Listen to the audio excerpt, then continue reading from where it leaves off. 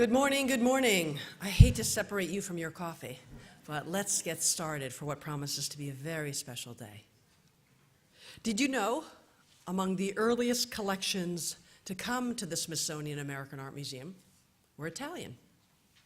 19th century Venetian glass, to be more precise, came in as part of the fabulous collection gifted by John Galatly, whose gift came in 1829. Amazing. We're actually thinking about an exhibition related to his grand tour and his great collections, notably the Albert Pinkham Ryder works, some dozen pieces that came in and are at the heart of our collection. Anyway, it was a grand tour experience that then happily ended up here at the Smithsonian American Art Museum. Good morning, I'm Stephanie Stebich. I'm the Margaret and Terry Stent director here. We had a wonderful kickoff event last evening at the Italian Embassy for those of you who are fortunate enough to be with us, and I thank our delightful speakers who kicked off our program, Renato Maracco and Esther Cohen. Please give them another round of applause for their remarks. As you know, here at the Smithsonian American Art Museum, we're dedicated to collecting, understanding, and enjoying American art. And the museum celebrates the extraordinary creativity of artists whose works reflect the American experience and global connections. And today is such a moment when we take a look at global connections. The American and Italian artistic connections, dialogues, exchanges. There's a long-standing fascination, as we know, with history, search for national identity, as well as a focus on current events. I would offer it's been a mutual love affair between the Italians and the Americans. Certainly, Americans traveled to Italy on the Grand Tour, maybe even the Pirelli Tour of Italy. They came on Fulbrights, they came on the GI Bill, and any way they could to get to Italy, to explore its wonders from Roman history to the Renaissance achievements and contemporary developments. Italians, too, of course, came to America, whether it was first class or steerage class, at the invitation of an artist or perhaps a museum or academy. Again, they found their way to America, a land of large proportions and many myths. So I thank you in advance for what promises to be a very stimulating day together. So fasten your seatbelts. It's going to be a terrific day. I thank the wonderful speakers who have spent a considerable amount of time in preparation, and I thank you, our audience, for your attentiveness. I ask you only to clap loudly and enthusiastically in thanks. Let me take a moment, as is my job, to thank those who helped bring about this remarkable confluence of scholars. Our first thanks belongs to the Terra Foundation for American Art. Sadly, we couldn't have any representatives from Terra here, but why don't you send them a love note? Why don't you just tell them how great this was and how you really appreciate them supporting these kind of groundbreaking scholarly convenings, and tell them I told you so. So this is not our first rodeo with the Terra Foundation. We worked with them as part of a 5-part series between 2006 and 15 on American art in a global context, which really has expanded and enriched the study of American art, and really looking at intersections between American art and the world and world cultures, and particularly what's helpful for us, those of us who work in America, are the perspectives and insights of non-American scholars, and for that we are very grateful.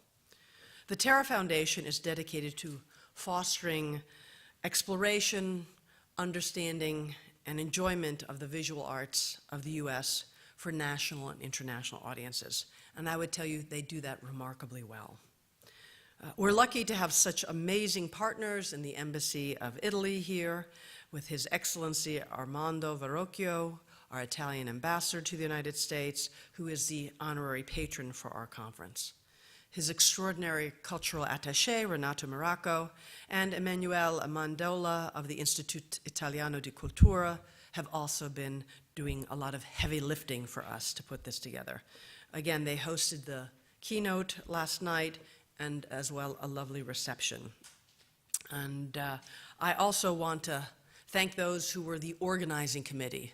They thought deeply about who to schedule when and all the myriad details to bring so many people to Washington, D.C., and to inspire them to be creative and to challenge commonly held ideas. I begin in my thanks to our beginning speaker, Melissa Dabakis, who is the professor and chair of art history at Kenyon College, Paul Kaplan at Purchase College SUNY, a professor of art history, Daniele Fiorentino, a professor of U.S. history and political science at the University in Rome, Sergio Cortesini, an assistant professor of art history at the University in Pisa, our own Karen Lemmy, curator of sculpture, and Amelia Gerlitz. Let's practice clapping loudly and enthusiastically.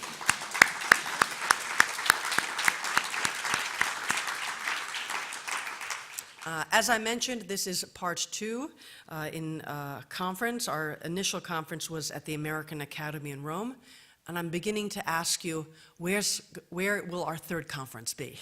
Think a little bit about that. So in October of 2016, some were fortunate to participate in a program entitled Hybrid Republicanism, Italy and American Art, 1840 to 1918. Again, a fascinating program.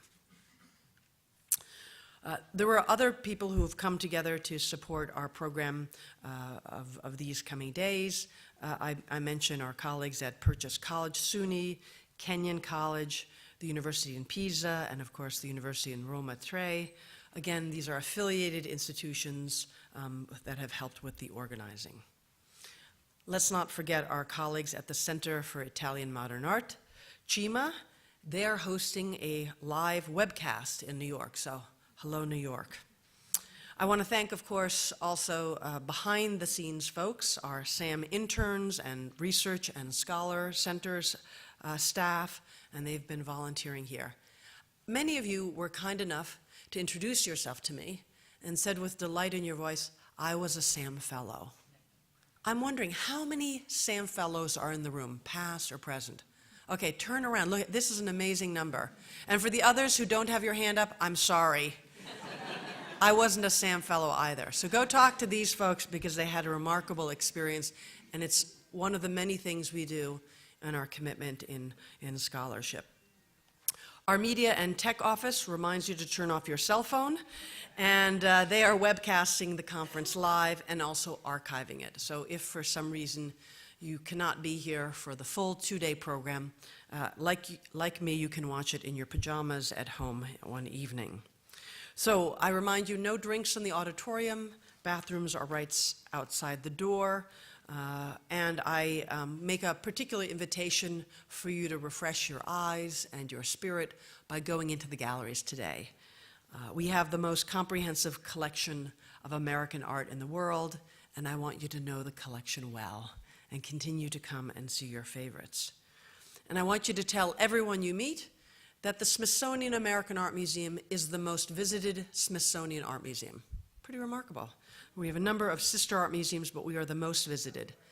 And in the last year, we were the 5th most visited art museum in the United States, with some 2 million visitors. Remarkable. So again, tell everyone. I'm particularly proud of our contribution to the symposium, not only for our organizational skills, but the presentation of ideas. And again, this is an example of our leadership, not only in Washington, but in the nation and around the world. So we have Karen Lemmy, our curator of sculpture, who is speaking and who will address our hidden collection strengths in her remarks this afternoon. And let's not forget Amelia Gerlitz, who leads our academic programs and fellowships, and she'll speak to, again, our scholarly engagement with this topic. So look forward to that. Now, you don't want to hear from me, you want to get into the excitement and meat of the program. Let me introduce our kickoff speaker. Melissa Dabakis has many things that are notable. She is professor and chair of art history at the wonderful Kenyon College. She's been a driving force behind this conference, and she was here in 2013 and 14, that academic year, as a Terra Foundation Senior Fellow, and she helped mastermind this kind of program. So I think we owe her a great debt of thanks. Again, clap for her loudly and enthusiastically.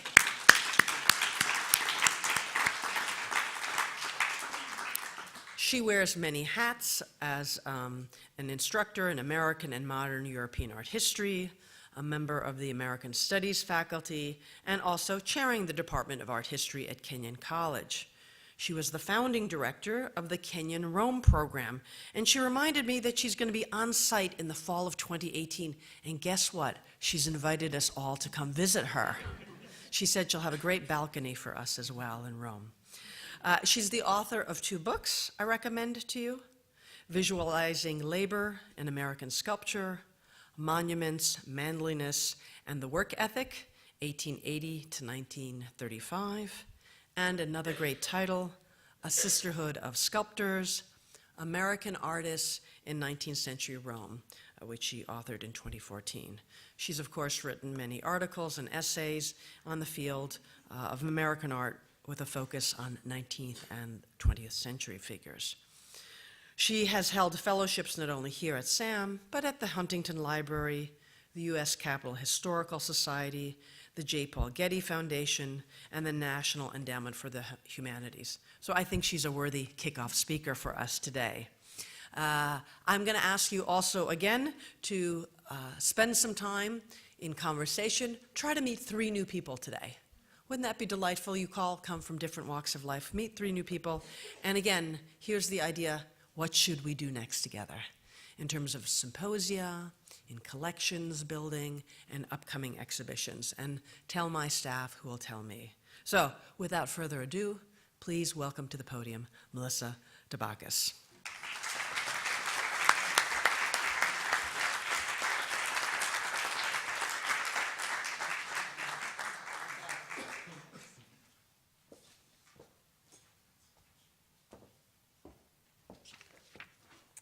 Hello, everybody. Thanks for coming.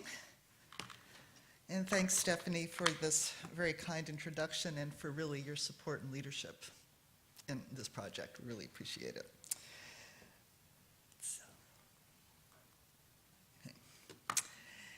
It's my great pleasure to welcome you today to the International Conference, The Course of Empires, American-Italian Cultural Relations, 1770-1980. Along with its sister conference, Hybrid Republicanism, Italy and American Art, 1840-1918, held at the American Academy in Rome last October, this event examines Italy's significance to American visual culture, as well as the impact of the United States on Italian art, from the founding of the American Republic through the Cold War years. These conferences, at their core, are fundamentally transnational and collaborative, encompassing thematically distinct but complementary programs in 2 great capital cities. Centers of political power, national identity, and public art, Rome and Washington, D.C. serve as apt venues for this newly reinvigorated scholarly discourse. Moreover, the American Academy in Rome, the leading American overseas center for advanced research and practice in the arts and humanities, and the Smithsonian American Art Museum, serving as an international crossroads for the study of American art, were the perfect institutions to undertake such an endeavor. And as you've heard, this cross-cultural project was generated at the Smithsonian American Art Museum in 2014, when I was in residence as the Terra Foundation Senior Fellow in American Art. Having completed my book, A Sisterhood of Sculptors, American Artists in 19th Century Rome, I was embarking upon a broader project which addressed Italian-American cultural relations in the long 19th century. When I suggested this international project to Amelia Gerlitz, and of course everybody knows Amelia, the Fellowships and Academic Programs Manager here at SAM, and Karen, our illustrious Curator of Sculpture, both were extremely supportive of this endeavor, or I have to say, I have to call it a pipe dream, which it was at that time. In Rome, Peter Benson Miller, the Andrew High School Arts Director at the American Academy in Rome, and his colleague, Lindsay Harris, who unfortunately couldn't be here today, who's the Andrew W. Mellon Professor in Charge, School of Classical Studies, also at the Academy, became more than willing and enthusiastic collaborators with the Smithsonian. The first of these two complementary conferences, Hybrid Republicanism, considered the shared notions of republicanism and tyranny that animated American and Italian politics and visual culture in the long 19th century. In the early years of the American Republic, Italian sculptors, for example, many of them exiled national patriots, traveled to the United States to help ornament the newly built Capitol in Washington, bringing with them a visual iconography of nationhood that Americans adopted as their own. In the 19th century, Americans took note as the Italian peninsula became embroiled in a political movement for independence and unification, the Risorgimento. Although Italians eventually chose a constitutional monarchy as their governing structure in 1861, Americans understood the newly formed Italian state in republican terms, as a nation comprised of free, autonomous, and self-governing citizens. In 1870, Rome joined the new nation as its capital. As the peninsula coalesced into a unified and sovereign nation, the United States was torn apart by the Civil War. The American artist Thomas Nast, an eyewitness to many of the mid-century military campaigns in Italy and the United States, recorded these parallel historic events for popular illustrated weeklies in New York, London, and Paris. Simultaneously, the Italian patriot Giuseppe Garibaldi gained fame in the United States as a dynamic Republican leader. Despite declining a commission from President Lincoln to serve as a general in the Union Army, Garibaldi was memorialized in the 1880s with the sculptural bust in the US Capitol. After unification in Italy, progressive artists such as Andrea Cepoli looked to the United States as a model for Republican politics, producing artwork with shared American and Italian iconography. For those interested in this conference, the papers are available in a podcast on the SAM website and on the American Academy in Rome website. So if you want to just take a look at those, you could have a chance to do that. Our event today, The Course of Empires, will examine the persistent fascination of American and Italian artists with the cultural achievements of ancient Rome and the Renaissance.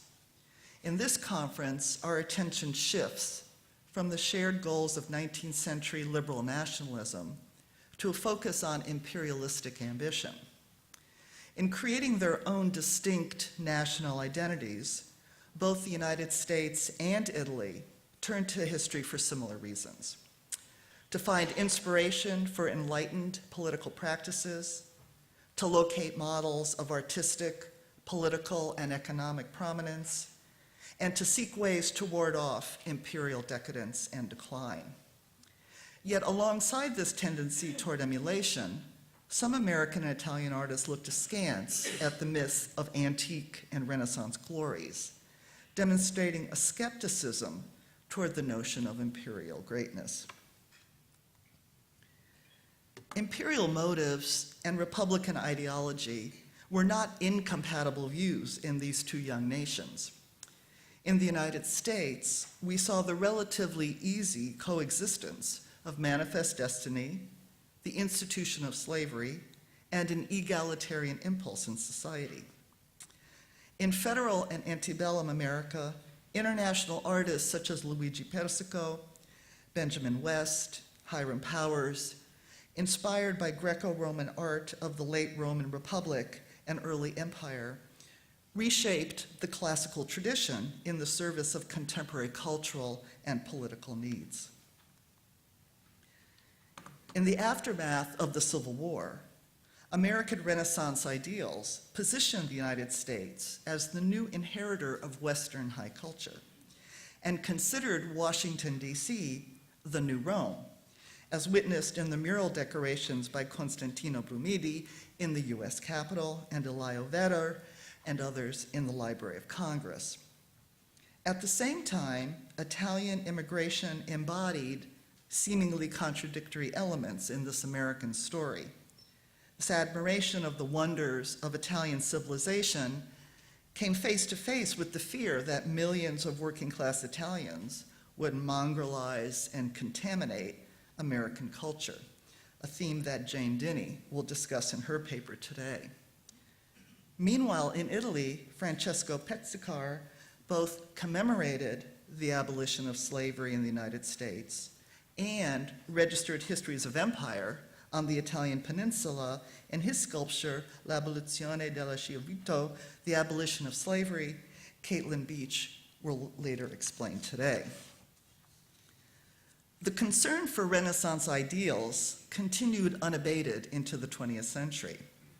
An attention to Italian Renaissance frescoes as a way to instill social cohesion and collaborative artistic production found its way into New Deal mural painting, as Sergio Corsini will show. Not surprisingly, a large number of American artists and architects continued to find a spiritual home at the American Academy in Rome, where they had direct access to Rome's rich artistic and cultural legacy, a subject on which Daniele Fiorentino will focus later this morning. In the post-World War II era, there was a dramatic increase in cross-cultural exchange between the United States and Italy, facilitated by galleries, collectors such as Peggy Guggenheim, and events like the Venice Biennale. In addition, Italian artists showed regularly in New York galleries and museums in the 1950s and 1960s. Both these phenomena will be addressed by Peter Benson Miller and Raffaella Bedrida in their papers today.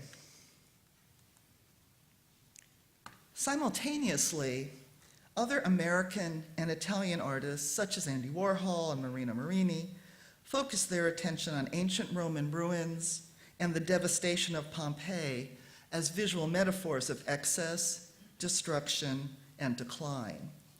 19th century artists, most famously Thomas Cole, as Elizabeth Kornhauser will show, utilized such imagery as the Roman Colosseum as a multivalent symbol to articulate the rise, grandeur, terrors, and fall of empire.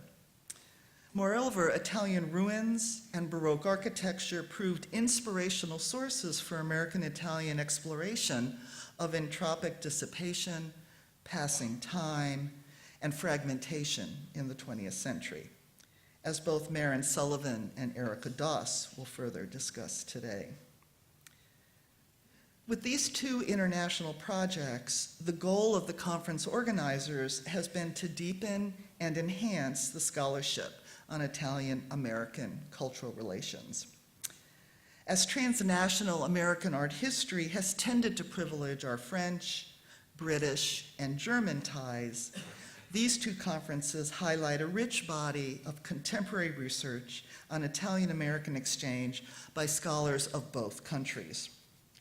Importantly, they have successfully brought together Italian and American scholars, inspiring an exciting, fruitful, and hopefully ongoing exchange of ideas. All the conference organizers, as you can imagine, have worked long and hard to bring this project to fruition. In addition to those already mentioned, we are very much indebted to our Italian colleagues, Sergio Corsini, Associate Professor of Art History at the University of Pisa, and Daniele Fiorentino, Professor of U.S. History and Political Science at the Università degli Studi Roma III, who were tireless advocates of this scholarly enterprise from the very, very start. Paul Kaplan, who sits in front of me today, professor of art history at Purchase College, SUNY, has been a supportive partner with me in this very, very long journey. To him, I owe a huge debt of gratitude. And thanks both to Renato Meracco, the cultural attaché at the Embassy of Italy, and to Esther Cohen, professor of art history at the Università dei Studi dell'Aquila, our keynote speaker, for both their fascinating talks, which opened our conference in such a stimulating manner last night. And I have to again thank the Terra Foundation for American Art, which underwrote both these projects, have been extremely supportive to both the SAM and the Academy, as well as all the home institutions of the organizing committee. I'd like to thank again the University of Pisa, Roma 3, Kenyon College, and Purchase College at SUNY for their generous support of this programming. I hope that you all enjoy the conference, and now I'd like to introduce today's first speakers. Elizabeth Mankin Kornhauser is the Alice Pratt Brown Curator of American Paintings and Sculpture at the Metropolitan Museum of Art, where she completed work on the new American Paintings and Sculpture Galleries, which opened in January 2012. She was currently working on the exhibition Thomas Cole's Journey, Atlantic Crossings, which opens at the Met in January 2018, and the National Gallery London in June of 2018. Kornhauser served as the co-curator for the following exhibitions at the Met: Rediscovering Thomas Hart Benton's America Today murals in 2014, Navigating the West, George Caleb Bingham and the River in 2015, and John Singer Sargent's Portraits of the Arts, Artists, Writers, Actors, and Musicians, also in 2015. Kornhauser has a PhD from Boston University with a specialty in American paintings and an MA from the Cooperstown Graduate Program, SUNY, in American Folk Art and Culture. Her talk today is entitled Thomas Cole's Travels from Rome to Catskill, Republican Ideals. Caitlin Beach is a PhD candidate in the Department of Art History and Archaeology at Columbia University, focusing on 18th and 19th century art in North American and Atlantic spaces. Her dissertation, Sculpture, Slavery, and Commerce in the 19th Century Atlantic World, examines how the consumption and production of statuary intersected with the political economy of American slavery. Research for this project has been supported by fellowships from the Center for Advanced Study in the Visual Arts, the Smithsonian American Art Museum, and the Royal Academy of Arts. Beach has published articles on the sculpture of Meta Warwick Fuller in Dakar, Journal of Contemporary African Art, and on John Bell in 19th Century Art Worldwide. Today, Caitlin will speak on Francesco Pezzicar's L'Abolizione della schiavitù in America Across Empires. Jane Ann Dini is currently a visiting lecturer at the University of California, Santa Barbara, where she received her PhD. Previously, she was the Associate Curator of American Art at the Metropolitan Museum of Art and the Assistant Curator of American Art at the Detroit Institute of Arts. Dini trained at Sotheby's, London, and has held the NEA Curatorial Fellowship at the Harvard University Art Museums and a predoctoral fellowship at SAM, of course. She was also awarded the 2-year Woodrow Wilson postdoctoral fellowship at California State University, Los Angeles. Among her publications are several essays on the artist John Singer Sargent, including one for the exhibition catalog Sargent in Italy from 1908. She also served as the editor of the NEA and NEH-funded exhibition catalog Dance, American Art 1830-1960, published in 2016. Dini is currently preparing a book, Unifying the Arts, John Singer Sargent's Murals in Boston. Her talk today is entitled Sargent's and Duveneck's Working Class Venetian Muses. Daniele Fiorentino is professor of U.S. History and International Relations at the Università degli Studi Roma 3, where he also serves as the coordinator of the graduate program in International Studies and of the Erasmus program, and as chair of the Library Committee of the Department of Political Science. Twice a Fulbright grantee, he taught for several years at the University of Macerata and was the director of the Center for American Studies in Rome between 1995 and 2003. A specialist in the 19th and early 20th centuries, Fiorentino has written extensively on American Indian history and on U.S.-Italian relations during the process of Italian unification and the American Civil War. His most recent book is Gli Stati Uniti e il Risorgimento d'Italia, 1848-1901, The United States and the Italian Risorgimento, 1848-1901, published in 2013. Fiorentino holds a PhD in American Studies from Sapienza Università di Roma, and a PhD in American History from the University of Kansas. His talk is entitled A Transatlantic Cultural Landscape, America in Rome at the Beginning of the 20th Century. Paul Kaplan will guide a question and answer period that will follow the talks. And as the conference is being webcast, I just want to remind people, and Paul will remind you again, please use the microphones when you're asking questions. Now, let's please welcome our speakers today.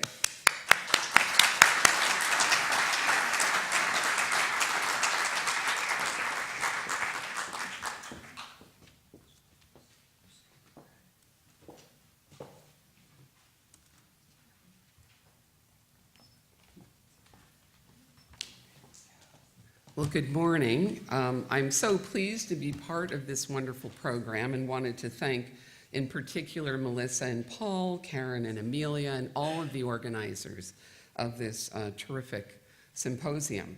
My talk today comes out of the extensive research conducted with co-curator Tim Barringer, who is the Paul Mellon Professor of the History of Art at Yale, and Shannon Victoria, the research associate at the Met, for our exhibition, Thomas Cole's Journey Atlantic Crossings, which you just heard will open at the Met this January and then move on to the National Gallery.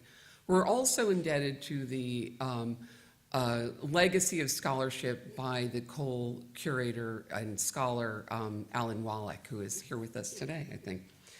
We set out to re-examine Cole's legacy and in the process to rethink the emergence of landscape painting in the United States within a global context.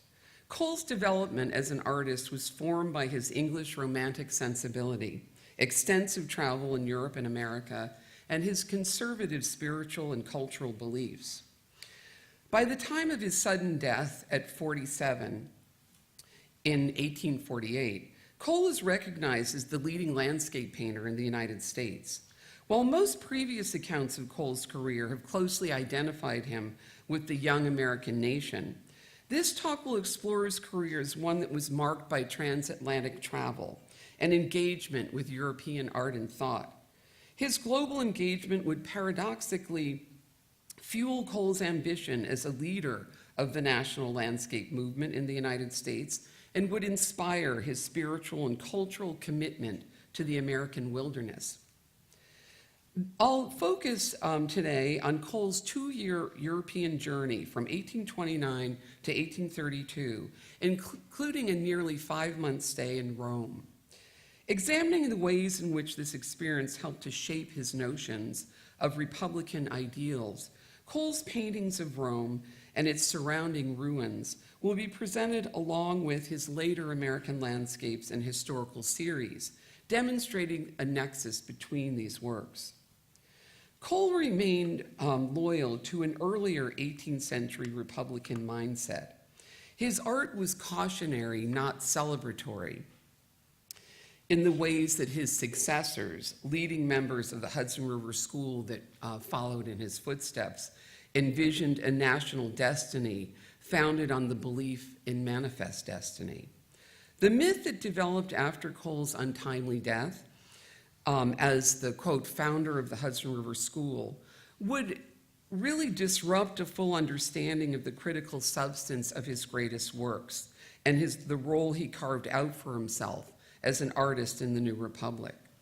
Cole's deep pessimism about the nation he returned to after his travels in 1832, just as President Andrew Jackson was reelected for a second term and his expansionist policies began to take hold, were expressed in his writings and art.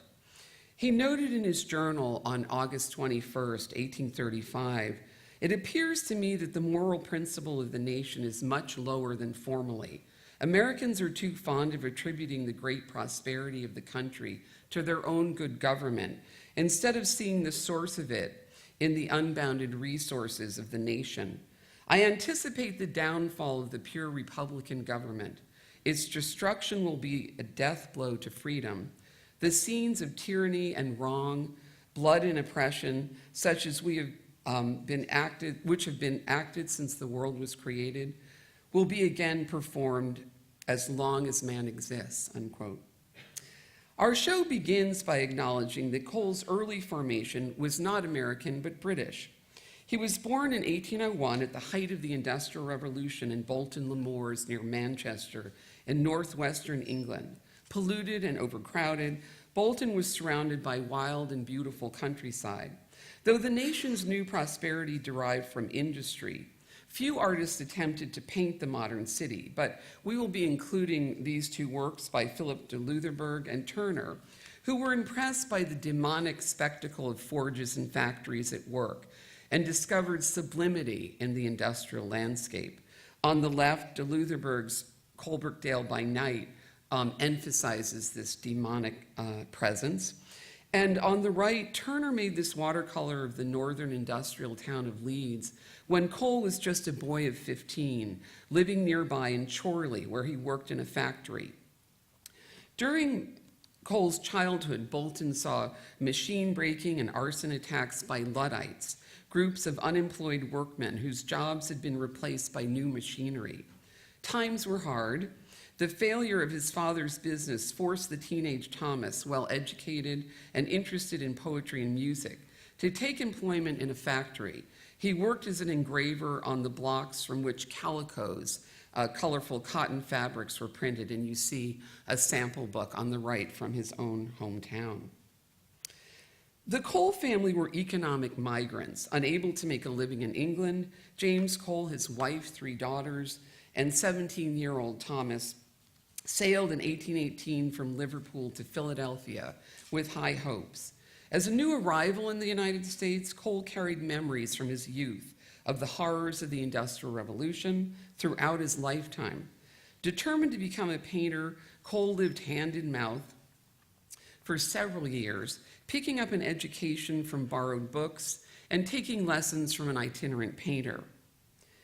He would move to New York City in 1825, and in the summer took a ferry up the Hudson River and made sketches in the area around Catskill. His oil paintings of the region were an instant success. His view of Round Top in the Catskill Mountains, which you see here, exemplifies the drama and originality of these bold early paintings of American wilderness. Cole also aspired to move beyond topographical views by creating historical landscapes that engaged with literary and religious themes. For example, he painted several scenes from the popular novel by James Fenimore Cooper. Here is the great example that he painted for his patron, Daniel Wadsworth. Cole adhered to a conservative pastoral vision of America, believing in the power of the wilderness to uplift the character of the new nation. In this great view of Montevideo, Cole celebrates the fact that his beloved patron, Daniel Wadsworth from Hartford, had sited his country house on top of a mountain in such a way that from any room one could contemplate to the east a vision of America's primeval state, and to the west, down the valley, the beginnings of settlement, the Jeffersonian ideal republic, including farmlands, and you can barely see a tiny white steeple of a church in the distant village. At 28, Cole decided to follow the example of earlier American artists and make a study trip to Europe. But he was famously cautioned by his friend, nature poet and writer William Cullen Bryant, to, quote, keep that earlier, wilder image bright. Americans of this period regarded London, the political and mercantile hub of the British Empire and a modern city of 1 million people, as the leading European capital. In May 1829, after a decade in the United States, Cole left for England. The London collections held riches for the young artist. He visited the newly opened National Gallery and was enraptured by the landscapes of the 17th century French painter Claude Lorrain, and he carefully studied this example that you see on the screen. Cole also made pencil sketches of Turner's Ulysses deriding Polyphemus, which you also see here, while it was on view at the Royal Academy in 1829. Cole was fascinated by the allegorical possibilities of this mythological narrative of Ulysses' journey. He also greatly admired Turner's Snowstorm, Hannibal and his army crossing the Alps, which he called, quote, a sublime painting. But he was a bit disappointed when he finally met Turner in his studio to find this kind of rough-edged, short man. He had this sort of idyllic image of what Turner might look like.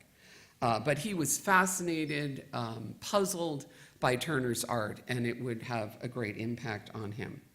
He also met the artist John Constable and was very taken with Constable's 6-footer. These were 6-foot-long paintings, enormous canvases. This particular work of Hadley Castle, and Cole would develop a friendship with Constable.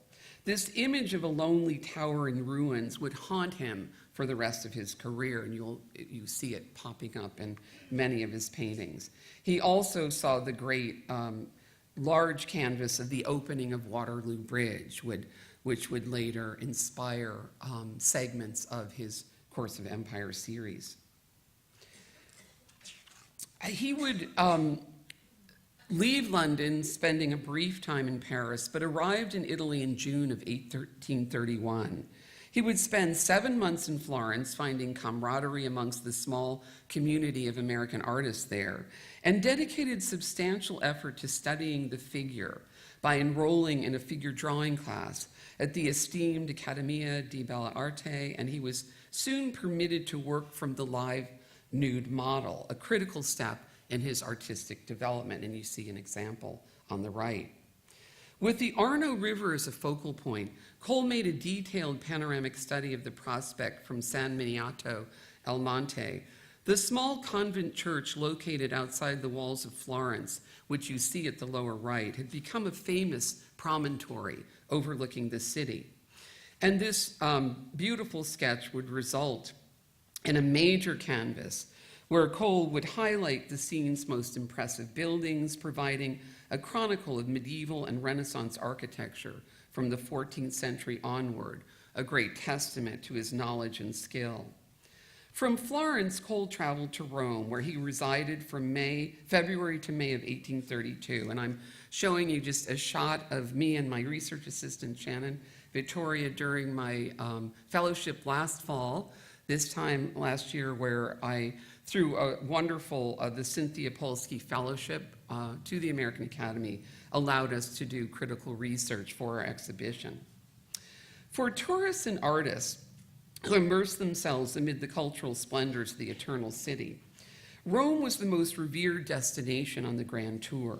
The painting room Cole rented on the Via Sistina on the Pincian Hill was believed to be the studio of Claude, and Cole would later be called the American Claude. Absorbing the lessons of the classical and Renaissance past, he visited St. Peter's Basilica and the Vatican, describing them as, quote, a paradise There are the finest statues of the antique that exist. There are pictures of Raphael and of others whose works are among the highest efforts of human genius. He would also, of course, visit the Pantheon, the Roman Forum, and was particularly drawn to the Colosseum. He would write of his visit there, "From the multitude of wondrous things, I would select the Colosseum as the object that affected me the most. It is stupendous, yet beautiful in its destruction. From the broad arena within, it rises around you, arch above arch, broken and desolate, and mantled in many parts with numerous plants and flowers, exquisite both for their color and fragrance. To tread in the footsteps of Rome's ancient kings, to muse upon its broken height, is to lapse into sad, though not unpleasing meditation. There, their terrible fires blazed forth with desolating power, but now all is desolation." The word desolation would become a title of the final painting in his series, The Course of Empire. During his visits, Cole collected plants on the Colosseum floor, and he also, interestingly, emphasized the ruined state of the Colosseum by, as you see here, an early restoration that had taken place before Cole's visit. He chose to eliminate in this very beautiful oil painting that he completed of the scene. He also emphasized, and I'm showing you in detail, the presence of the large black cross and the ways of the cross here, the Catholic ceremony in the center. Cole did not shy away from acknowledging Catholic piety in such paintings as the Vespers hymn, but he was really more particularly drawn in Rome to the Protestant cemetery. It was known at the time as the anti-Catholic cemetery. He was thrilled to find the site of the buried ashes of the British poets John Keats and Percy Shelley in this cemetery, and would paint this wonderful scene. The Roman Campagna also drew Cole, like all of the artists from various European countries who were based in Rome at this time. These artists with Cole went out to the Campagna to take on-site oil studies. And you see two examples that were likely taken on the same day, one at noon, one in the early evening, where you see a moon, that led to Cole's great canvas of the aqueducts.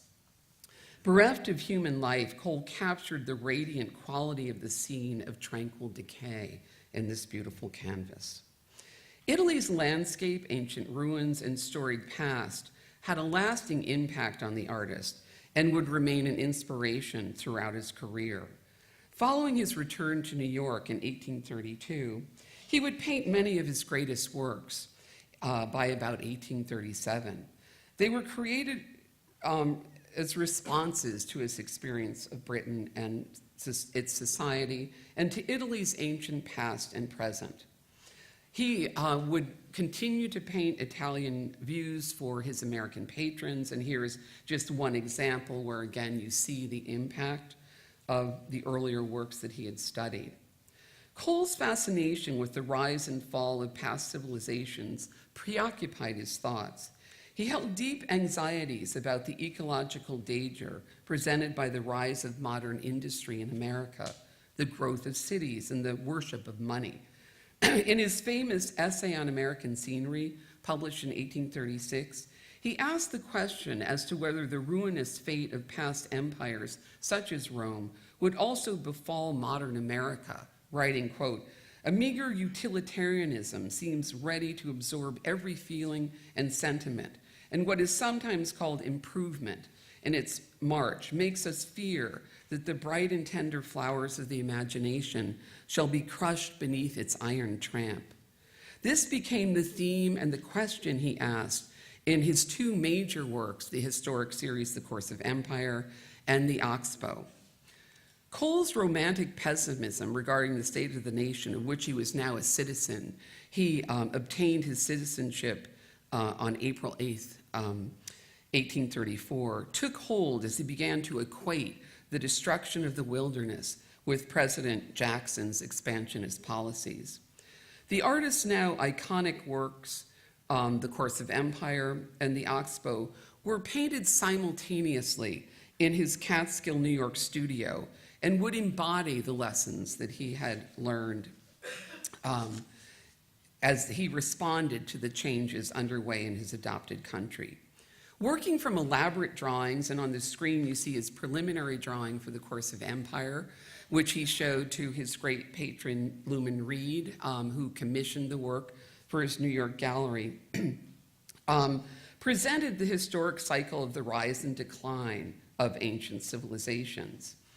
In this work, he challenged the American public, both in The Course of Empire as well as the Oxbow, as we'll see in a minute, with his manifesto to consider the moral value of maintaining the sublime aspects of the landscape as he witnessed the ongoing destruction of the wilderness.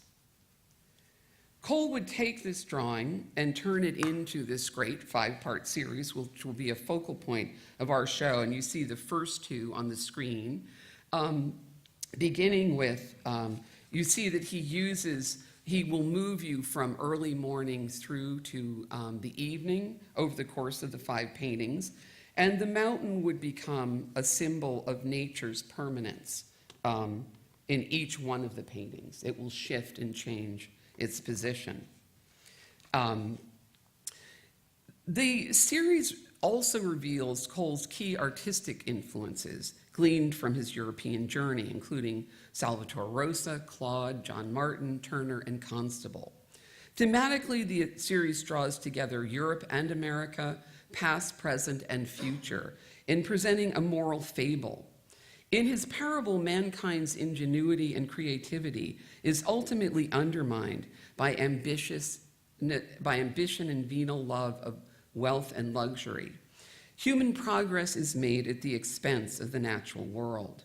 The savage state on the left presents a scene where humanity first appears, but nature remains dominant in its sublime existence. And on the right, in Arcadian or pastoral state, the beginnings of the genesis of arts and sciences appear. A search for order within nature is benign in this idealized vision of the pastoral, with the exception of the inclusion of tree stumps in the lower right, a warning of what is to come. In the central painting, which is a larger canvas, which is actually the exact same size as the Oxbow, which we'll see in a minute, he presents a glaring noonday sun. Nature is made in the image of humans. Corrupt and idolatrous worship of wealth and power has usurped religion and is pursued at the expense of nature. There's a rigid grid that overlays the scene. And he glorifies in this painting the public ritual of the emperor crossing the bridge, escorted by 4 African slaves walking on foot. Scholars before us, Alan Wallach for one, have associated part of Cole's thinking to contemporary events. I show the satirical print of Andrew Jackson here when thinking about this emperor crossing the bridge, and there are other allusions in contemporary time that one could make. In destruction, storms reappear, the harbor is covered in waves, ruthless slaughter is taking place. The revenge of history is seen in the headless warrior who is straddling a tree stump with his smashed head below. And finally, on the right, the final painting in the series, a pale moon hangs over the serene bay. There is no human presence. History has been superseded by the cycles of nature. The mountain, now a monumental single shape, has taken its place once again, and the single column becomes a symbol of fallen human order, and just a reminder of the impact of Cole's travels, particularly here in the Roman Forum, and the impact that had. As he was completing consummation, Cole quickly moved forward to take on a new work with the permission of his patron Luman Reed, and painted in just 6 weeks a great painting of the oxbow. I'm showing you his 2-page study of it, an on-site study sketch that he took on top of Mount Holyoke in 1833. He would then prepare a beautifully conceived small oil study in preparation for painting what is considered one of his greatest works and one of the most iconic American landscapes ever painted. In this work, Cole presented pictorial breakthroughs that came to define the later Hudson River School. The prospect view of all-encompassing panorama with a bifurcated scene, you see the sharp diagonal split, really a rupture between wilderness on the left and settled land on the right, a swirling Turner-esque vortex of storm clouds, contrasted with a light-filled clearing sky, and meticulously rendered details of pure nature, juxtaposed with man's alteration of the land, all combine in a masterful composition. The artist's complex narrative moves across time and space, not unlike the Course of Empire series. Both were influenced by popular moving panoramas of the time. The painting features a monumentous self-portrait, which we saw earlier, of the artist that signals the link between art and idea.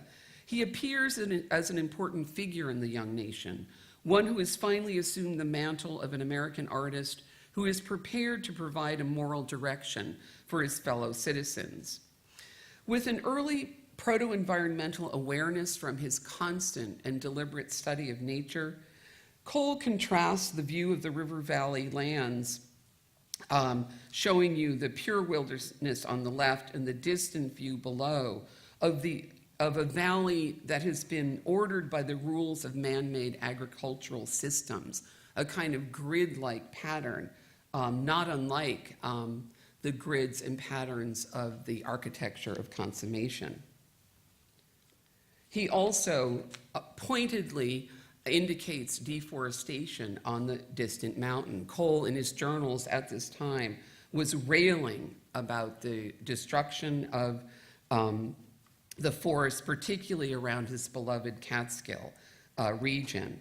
And he would write, while he was in the midst of painting this particular canvas, writing Luman Reed, quote, "The copper-hearted barbarians are cutting down all the trees down in the beautiful valley on which I have looked so often with a loving eye." So this was very much on his mind. One of the things I was struck by during my time in Rome was looking at the pyramid at the Protestant cemetery that we know Cole deeply admired. And if you look at the Piranesi print, you will see, as you can see when you see the pyramid today, in letters of inscription across the pyramid. Upon his return from Italy, Cole carried with him these images of ruins and landscape features. And when he was on his rambles in the Northeast American wilderness, Cole viewed the landscape through the lens of his European travels, often comparing geological formations to ancient grottos and Roman arches, and most frequently equating mountains with pyramids. In a journal entry of October 7, 1835, he noted spotting in the Catskills a, quote, "range of distant mountains of remarkable beauty. The peak lifts up like a stupendous pyramid whose broad side had been riven by earthquakes." So this could have been just one of many influences. And as many of you know, scholars have equated, oh, I'm sorry, I didn't go forward for you to see the mountain view here, back again, have equated these letters to Hebrew letters. And you'll have to read our catalog and come to our show to explore that further, because it's a lecture in itself. But we were able, over the course of our studies, to do a complete IRR image of the oxbow, which reveals underneath a complete drawing for consummation. And again, you will be able to see the significance of this when you visit our exhibition. It really demonstrates how closely aligned these two paintings were. Same size, painted at the same time, and essentially a message that is very interconnected. I'm going to end with this, but leave you with this thought. The question that Cole asked of the American public in these great works that I've discussed today remains unanswered and continues to carry a potent warning for our own time. So it has never been more timely than today. Thank you.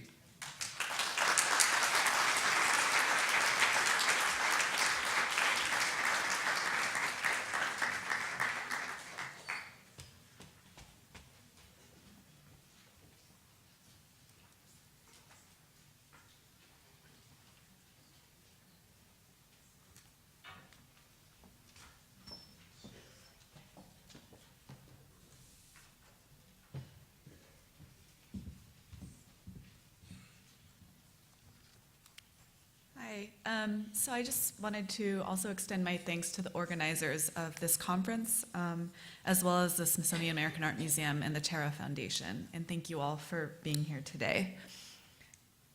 So I'll get started. In early 1877, the citizens of the Austrian imperial port city of Trieste began a public subscription campaign to secure funds for the city's purchase of a sculpture that was, as one newspaper proclaimed, the first work of a Trieste sculptor to merit the praise of the world. The sculpture in question was a bronze statue by the local artist Francesco Pezzicar, entitled The Abolition of Slavery in America, 1863. Modeled by Pezzicar in 1873 and cast in bronze 2 years later, the over life-size sculpture depicted an African-American man with arms outstretched, one wrist bearing a broken shackle, and holding overhead a fragment of bronze inscribed with words from the Emancipation Proclamation. The sculpture had been most recently displayed to acclaim and commentary in the United States at the 1876 Centennial Exhibition in Philadelphia, and returned to Trieste at the fair's close.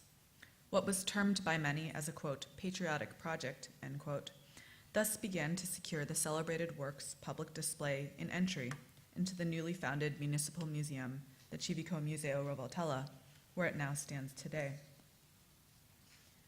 My paper today takes the patriotic project of the city of Trieste as a starting point to critically consider the place of Pezzicar's sculptural depiction of a freed American slave at a time of shifting national and imperial allegiances in Italy and Austria.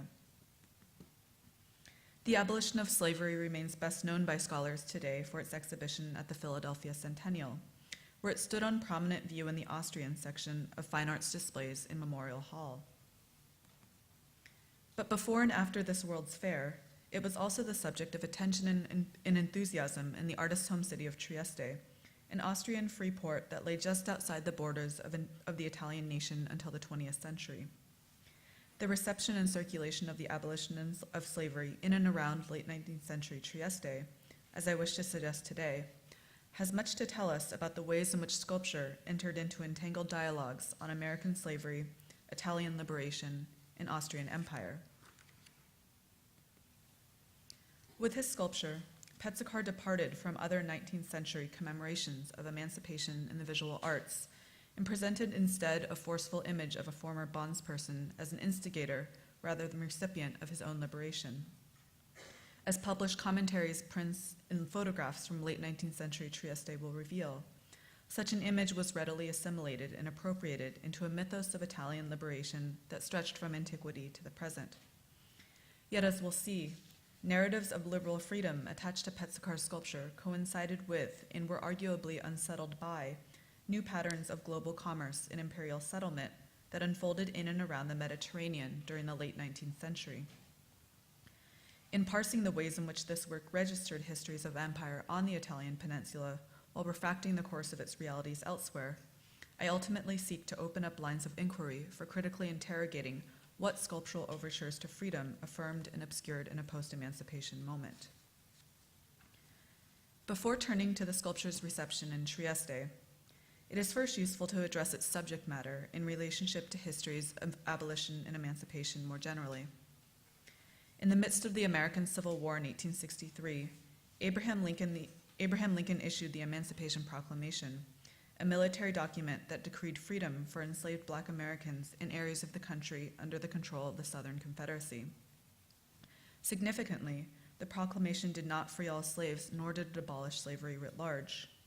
It did, however, set into motion federal efforts to introduce a constitutional amendment that would affirm the longstanding actions of enslaved people and abolitionists to resist and eradicate an institution that had been written into the nation's infrastructure and founding documents. Congress passed the 13th Amendment to the U.S. Constitution in early 1865, and the motion was ratified in the months following the close of the Civil War that year. Pezzicar was one of the many artists of the late 19th century who looked to encapsulate these layered and complex juridical events in visual form. As a friend of the artist relayed in an 1846 letter, the sculpture, quote, owed its origins to the enthusiasm aroused in Mr. Pezzicar's mind by the news of Mr. Lincoln's Emancipation Proclamation in 1863, events which he then determined to commemorate in a suitable work, end quote. Significantly, the work Pezzicar created differed from other 19th century sculptures produced about abolition. To take just one example, the same year the abolition of slavery was unveiled at the Centennial, Thomas Ball's monument to emancipation was dedicated in Washington, not far from here at Lincoln Park. The bronze sculpture depicted a black man with wrists in shackles kneeling before Abraham Lincoln. As the art historian Kirk Savage has noted, the monument's visual logic fit in with a narrative of abolition that conceived of former bondspersons as indebted subjects of, rather than active agents in, emancipation. By contrast, Pezzicar's sculpted figure stands alone in a stance that connotes solidity and strength. More significant yet, the figure's outstretched arms and broken chains suggest he has played a central role in securing his own liberation. Pezzicar modeled a corporeally capacious statue that engaged space in a dynamic way. The figure steps forward with a stride accentuated by a flowing wrap knotted at the waist and a broken fragment of chain at the statue's base. The work's scale, so large and spatially diffuse that its casting was completed in several pieces, further lends the figure a commanding presence. The statue measures 7 feet 8 inches high and approaches a colossal scale when placed atop an additional pedestal, as it was in the 19th and early 20th centuries. If Thomas Ball's shackled ex-slave kneels beneath Lincoln with the arc of his back ensconced by the president's extended left arm, it is the viewer of Pezzicar's sculpture who must duck beneath and conform their body to the space occupied by the figure, thus initiating a phenomenologically active and deferential engagement with the negative space of a freestanding three-dimensional object that was unprecedented in 19th century sculpture. The figure represented by the abolition of slavery is over life-size, dynamic, and powerful. As one period critic noted, quote, the attitude is impressive and full of vital force, end quote. Pezzicar's representation of a forceful, free body drew attention on both sides of the Atlantic. While the longer dissertation chapter from which this talk is drawn concerns primarily the sculptures displayed at the Centennial in Philadelphia, I want to focus my attention here on the place of the abolition of slavery as it was seen and circulated in Trieste before and after this World's Fair. As the art historian Massimo de Grazia has discussed, people in Trieste assiduously followed the sculpture's progress from its conception to its exhibition abroad at the Centennial, and finally to its display, public subscription campaign, and acquisition by the city of Trieste upon its return to Europe. Yet the reasons behind this popularity remain less understood. What sparked this local interest in the abolition of slavery? Given the ways in which Pezzicar worked to secure his sculpture's reference to American abolition by dint of the sculpture's title, as well as the English language excerpts of the Emancipation Proclamation transcribed upon its surface, in what ways did this historic specificity translate or fail to translate in this new context? As David Beinman and Henry Louis Gates Jr. have hypothesized, Pezzicar's initial choice to depict a freed American slave in sculpture may have had particular ideological import within the cultural politics of the Italian Risorgimento. References to American abolition gained considerable traction and sympathy on the Italian peninsula in the 1860s, with many quick to draw comparisons between ongoing struggles for liberation from the Austrian Empire to the efforts to end slavery in the United States. As the Italian nationalist politician Giuseppe Mazzini was quoted by the Boston anti-slavery newspaper The Liberator in 1859, we are fighting the same sacred battle for freedom and emancipation of the oppressed. Statements like Mazzini's, which posited an uneven and distorted rhetorical equation between the historical experience of Black Americans subjugated to enslavement and Italians living under Austrian rule were commonplace in Risorgimento discourse. As the literary historian Paolo Gemme has succinctly noted of this appropriation, quote, "To discuss the possibility of freedom in Italy was to discuss the possibility of freedom for American slaves," end quote. In this transatlantic context, a sculpture like Pezzicar's might thus take on multiple intersecting levels of signification. If the abolition of slavery commemorated the issue of the Emancipation Proclamation, so too could that commemoration resonate with discourses of national self-determination on the Italian peninsula. As mentioned earlier, Trieste was not part of the initial phase of Italian unification that happened in 1861, and instead remained a key port of free trade within the Austrian Empire. Yet, as several historians have pointed out, the city nonetheless harbored a committed contingent of Italian patriots organized under a specific brand of nationalism called irredentismo, or irredentism, which called for the liberation of border regions on the peninsula from Austrian rule and their subsequent incorporation into the newly formed Italy. In what follows, I'll consider how the enthusiasm for Pezzicar's sculpture in late 19th century Trieste may be read productively in this context. Among the most vocal promoters of the abolition of slavery was the journal Libertà e Lavoro. Established in 1867 under the slogan Liberazione, Emancipazione, Associazione, or Liberation, Emancipation, Association, Libertà e Lavoro drew inspiration from the revolutionary ideals of unification leaders Giuseppe Mazzini and Giuseppe Garibaldi to provide commentaries on irredentist politics, social problems, arts, and culture. The journal devoted a great deal of attention to Pezzicar's sculpture throughout the 1870s, featuring on one instance a full-page lithograph of the bronze, included as an insert that subscribers might detach and hang in their own homes. On another occasion, they published a lengthy ode in praise of the sculpture by the irredentist poet Cesare Rossi. The poem situated the sculpture's, quote, American aurora of freedom, end quote, within a longer history of struggles for liberation that stretch back to antiquity, evoking in particular the figure of the ancient enslaved gladiator Spartacus, who was said by the poem to shook the servile chain. The allusion to the Thracian Spartacus, who led a slave rebellion against the Roman Republic in the 1st century BCE, is significant. As several scholars have observed, Pezzicar's larger-than-life, dynamic figure has much in common with the Italian sculptor Vincenzo Vela's 7.5-foot-high Spartacus of 1847, whose muscular body, too, advances forward with a purposeful stride. Executed by an artist who was an active participant in northern Italian revolts against Austrian rule in 1848, Spartacus was widely recognized and celebrated as a symbol of the Risorgimento throughout the Italian peninsula. If the extent to which Pezzicar created his sculpture with Vela's work in mind is ultimately difficult to pinpoint, it is well within the realm of possibility that a new generation of irredentists in Trieste might have been inclined to embrace the abolition of slavery as an emblem for the city's freedom from Austrian imperial rule and incorporation into the new borders of Italy. Perhaps a more pointed insertion of the abolition of slavery into discourses of Italian liberation happened in the imperial capital itself. Consider a pair of photographs taken around the year 1890 at the Circolo Accademico Italiano in Vienna, a society founded by artists and intellectuals from Trieste who looked to promote the Italian language and culture in the empire's capital city. In the second of two images, Pezzicar's sculpture appears on display in the society's main reading room, installed directly in front of the Italian tricolor.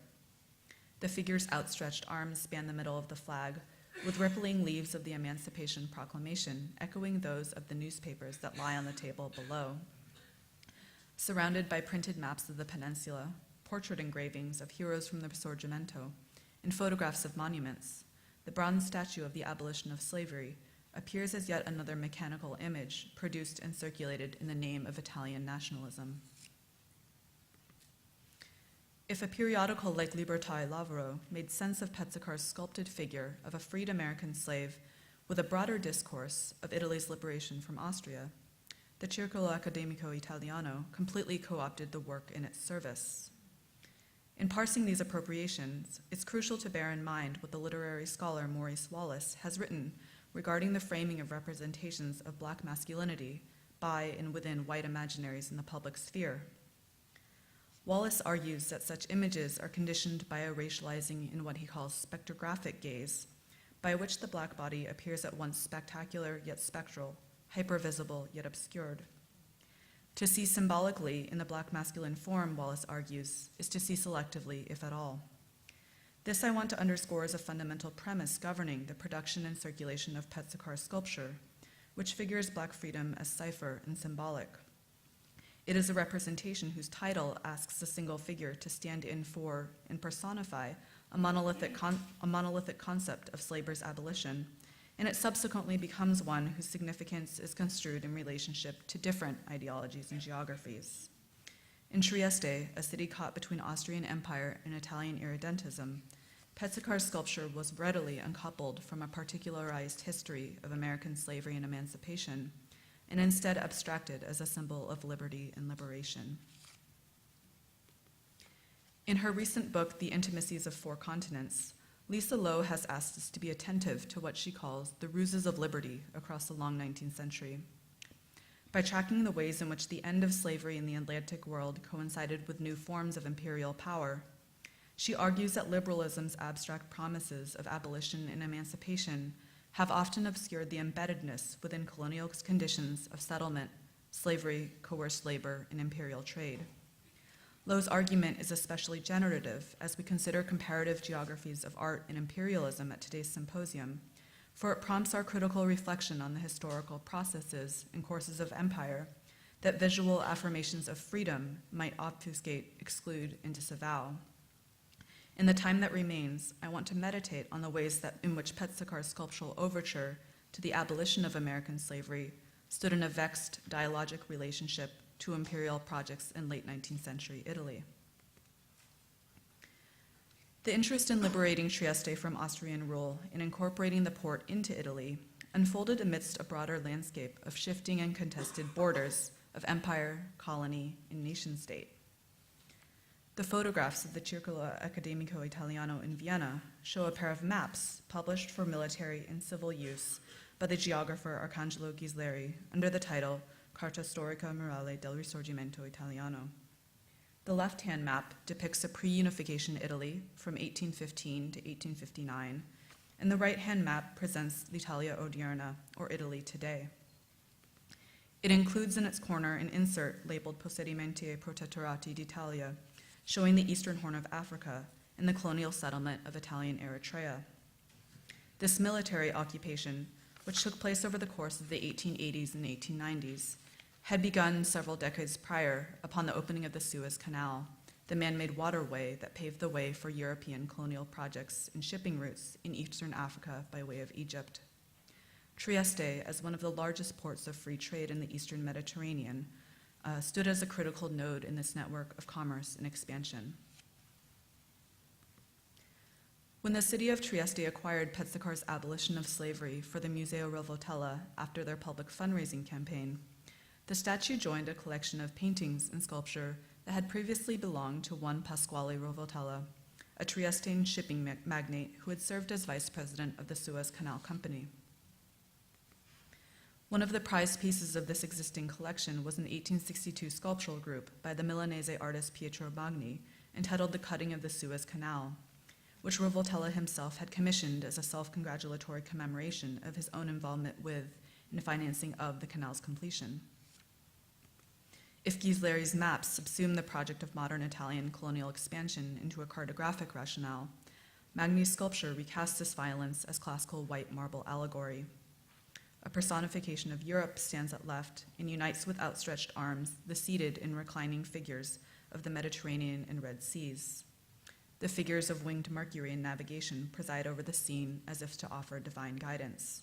What has been cut becomes carved, a canal wrought deep in the earth into the service of European empire and commerce on the African continent appears here as a blindingly white allegorical scene of divine right. The sculpture's neoclassical form and marble materiality turns on the racializing dialectic of hypervisibility and invisibility that Maurice Wallace described, wherein a universalizing whiteness purported to speak for and over Black subjects. What did Pezzicar's and Magni's works reveal and obscure alongside one another in Trieste? Both ultimately traded in a series of disavowals connected to the conflicting courses of empire and freedom. During the late 19th century, Pezzicar's sculptural commemoration of the abolition of American slavery came to be symbolic of Italy's shifting and contested borders. Yet at the same time these national borders looked to shift eastward to Trieste, they also extended downward to Eastern Africa to connect both regions in a global network of trade and commerce. If questions of American abolition in an Italian empire seem on one hand historically and geopolitically distinct from one another, the co-presence of Pezzicar's and Magni's sculptures asks us to consider the connections between these histories and the places and people they made visible and invisible in their entanglement. Thank you.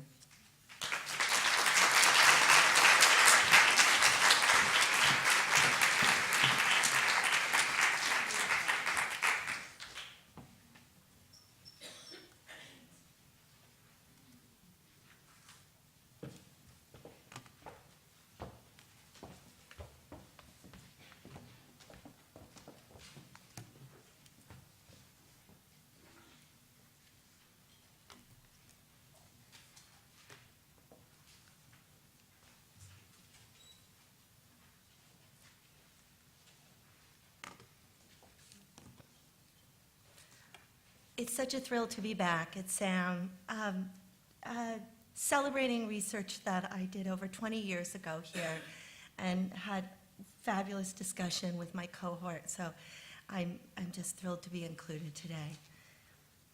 In 1882, John Singer Sargent painted Street in Venice, an image representing three commonly held 19th century stereotypes of Italian people. The Italian beauty, depicted as the striding Venetian woman, the couple behind her, who represent old-fashioned labor, and two conversing men dressed in dark coats, representing the swarthy Italian. Sargent's Italian figures are agents of the picturesque in the fine arts.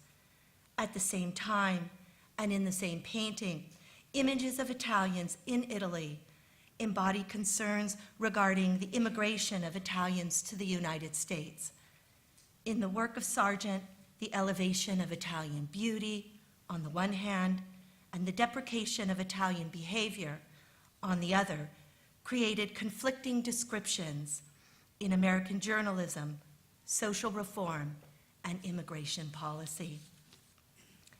In 1888, when Sargent exhibited Street in Venice at New York's National Academy of Design, the art amateur wrote, quote, "A slim young girl comes down a narrow gray street with two dark men in front of a doorway behind her."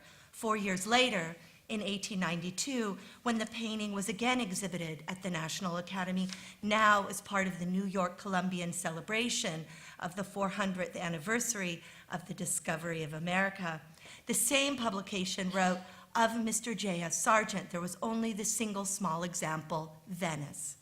A girl in a black mantilla and two brigandish individuals, muffled for warmth and picturesqueness in dingy neckerchiefs and big black cloaks. These three in a mean green sheltered alley with no water and very little sky, not the Venice of our dreams, but an excellent picture.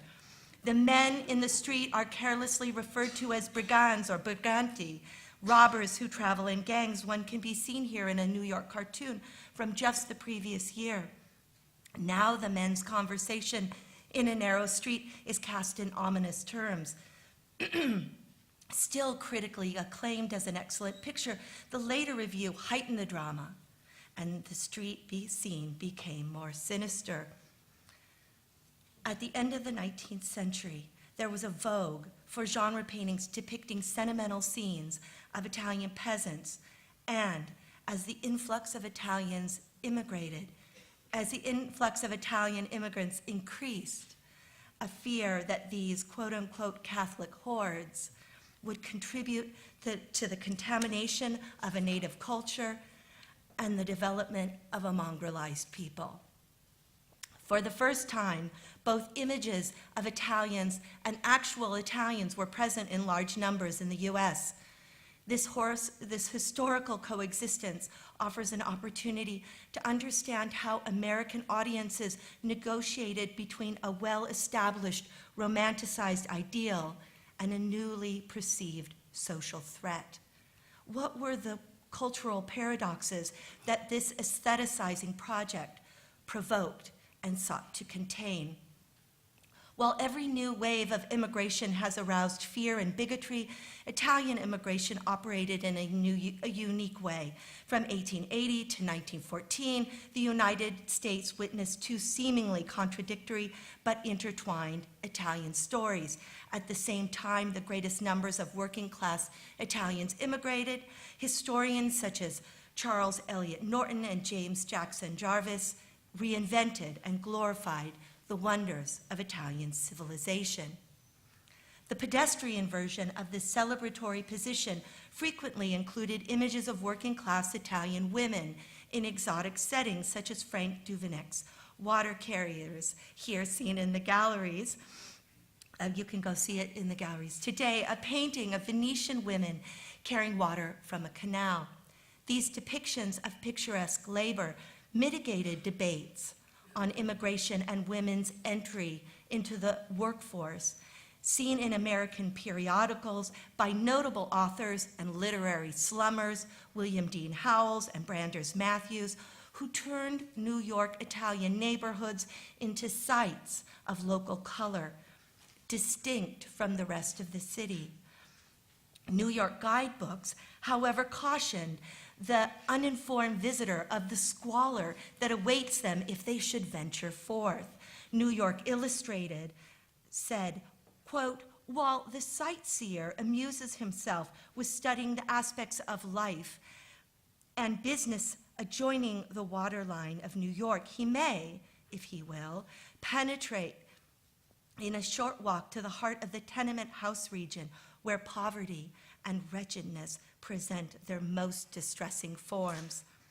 Seen through the eyes of a tourist manual, poverty became an isolated part of the urban problem, not a systemic, integral part of modern society. In the United States, the image of a narrow alley was a pictorial device for social reform and racial discrimination. Bandit's Roost was one of 3 photographs that illustrated the bend in Jacob Riis's 1890 publication, How the Other Half Lives, Studies Among the Tenements of New York.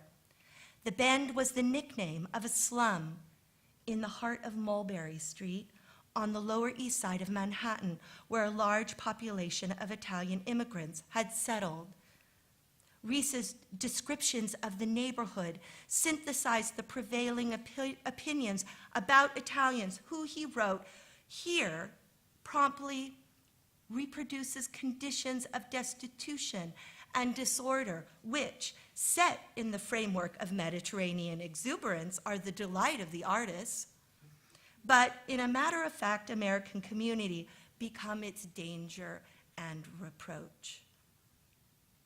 Italians' ability to look in New York as they had never left their country delighted Mariana Griswold van Rensselaer.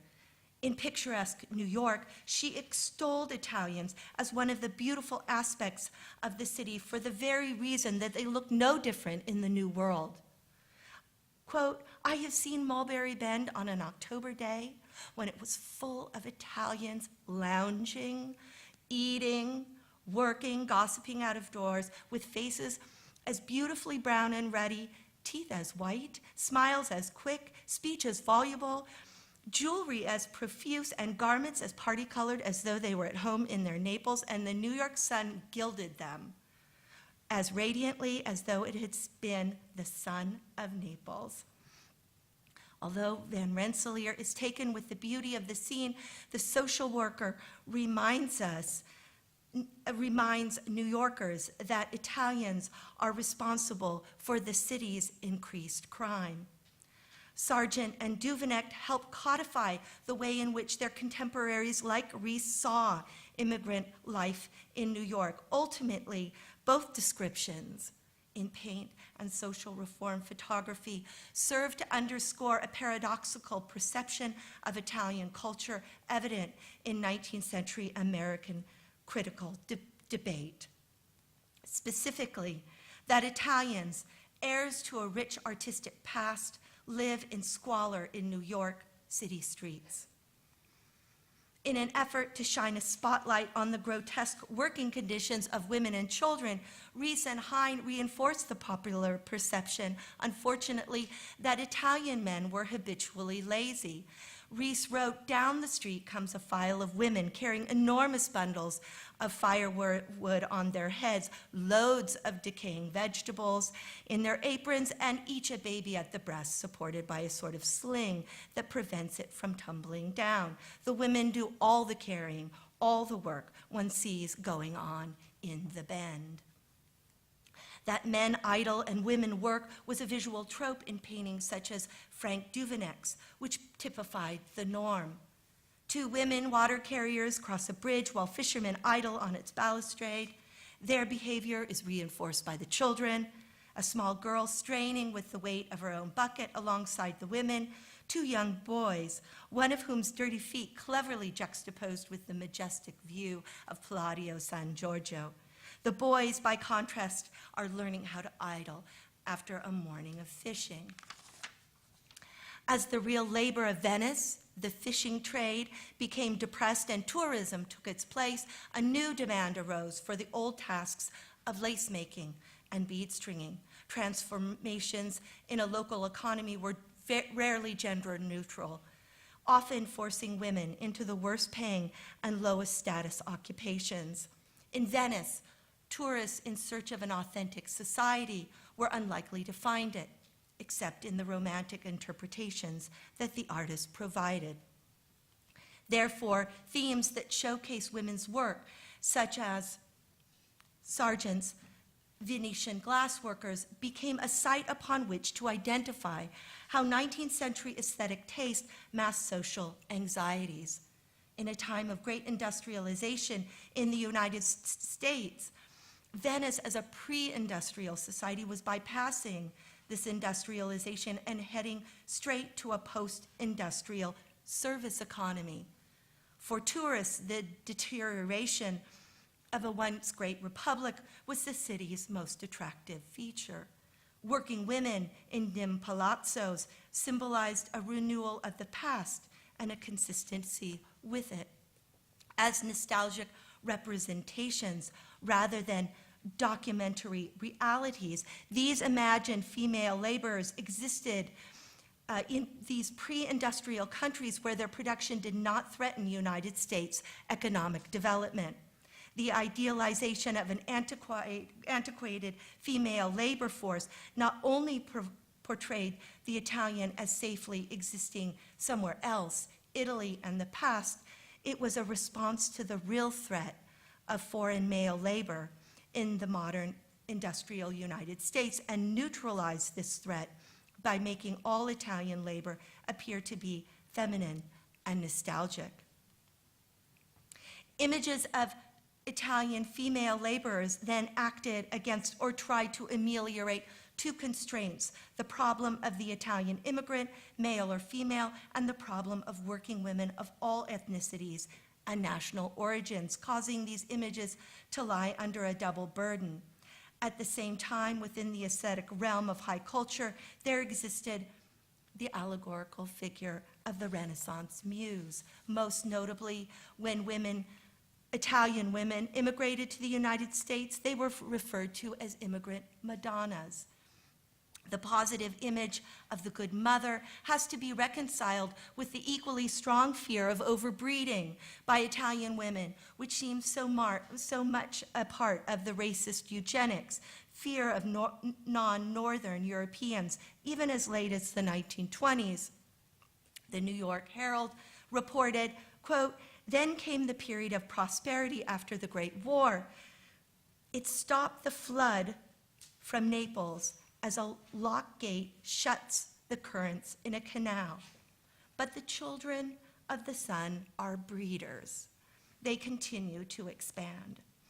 Immigrant Madonnas provided ambivalent images and an example of the way in which racism is not a monolithic and consistent discourse, but one which is relational and which shifts and changes to meet different situations. In late 19th century America, issues surrounding the suitability of women working for a wage were hotly debated, particularly considering those women who were raising small children. In 1880, Harper's published Working Women in New York, focusing on local solutions to ease the plight, including the establishment of daycare, but staying at home, according to the article, was still the most desirable place to be. Quote, "The shirt makers can do their work at home and thus have an opportunity to keep an eye on their children and prepare their husbands' meals at the same time."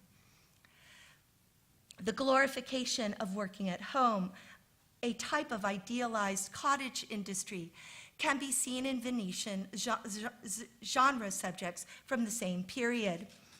Robert Frederick Bloom's Venetian bead stringers synthesized and allayed the major concerns about women in the workforce.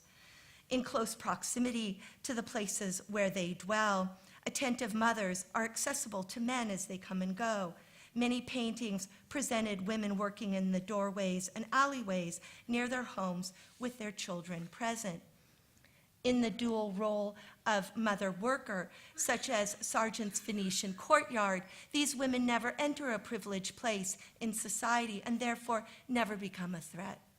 In the imagination of the American public, these subjects rendered the female laborer economically insignificant.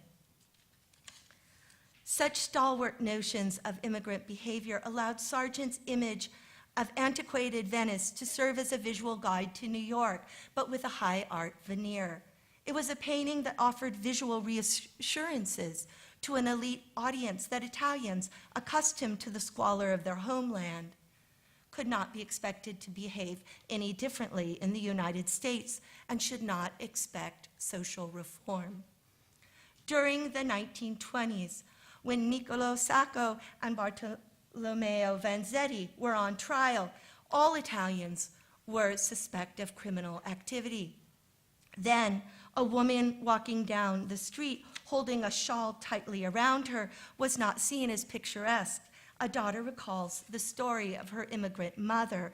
During the winter, it was the worst time. You could hardly go out.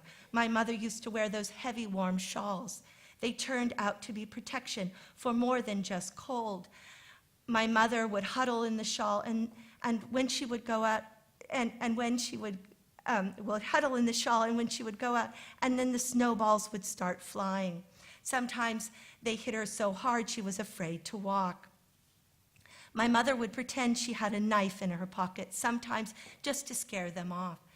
They were scared too, especially because they expected Italians to carry knives in those days. Sargent cannot be directly linked to how the public came to terms with Sacco and Vanzetti, but he can be placed in a long line of image makers that helped shape how audiences saw Italian character, behavior, and beauty, and the working woman in the United States. This painting you can go see, I hope this weekend. It's at the National Gallery.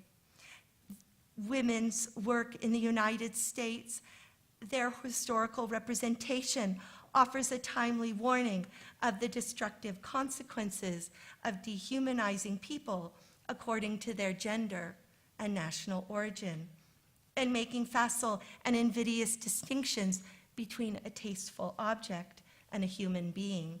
Ultimately, the historical paradoxes uncovered in Street in Venice give us reason to question our own omissions and exclusions. Thank you.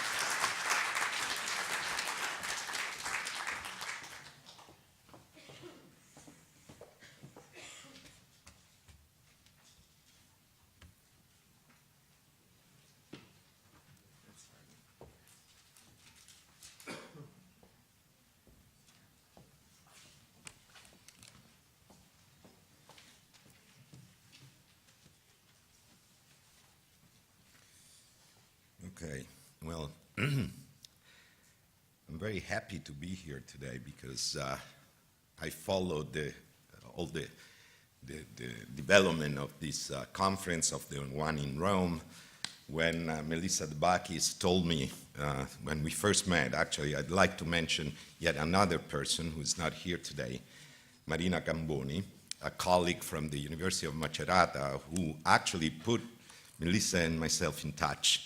She was instrumental in making us meet and contributed to the first ideas to make this conference possible. So thank you, Marina. Thank you to Melissa, because I wouldn't be here without her. She started this whole project and the ideas that, as you have heard, so I want to thank her, Paul Kaplan, with whom I was in touch for quite a while during the preparation of the Rome conference, and of course, Karen Lemmy and Amelia Gerlitz for their work. Okay, well, I'm in a gathering of art historians. I'm a historian, as you understand, of politics and culture at the same time, so my presentation is a little different, but I think in a way it fits into this picture that we are drawing today about US-Italian relations. And let's start from the middle of the time period I covered. This is part of the work I'm doing right now, actually, for my forthcoming book on the United States and Italian relations at the beginning of the 20th century, in the first 20 years of the 20th century. By 1911, diplomatic relations between the United States and Italy seemed solidly planted. That year, the two young nation states, in the process of establishing their standing in what was then called the Concert of Nations, signed a treaty for the adoption of international arbitration as the solution of disputes between states. At the same time, though, as the United States repeatedly intervened in the Caribbean, according to Theodore Roosevelt's new reading of the Monroe Doctrine, Italy declared war on Turkey, claiming territories on the North African coast, this was mentioned before also, across the Mediterranean, and namely Libya. Both countries were reasserting their national identity and position in world affairs.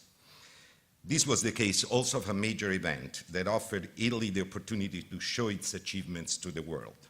In 1911, the country celebrated its 50th anniversary, and for this reason, the Italian government decided to organize two world exhibits in two of the three capitals of the country, being Turin the first, Florence the second, and Rome, Turin and Rome. In the former, the Expo of Business and Industry, in the latter, the arts. Actually, Rome hosted a series of exhibitions that year that celebrated both national identity and patriotism and the new international position of the young kingdom.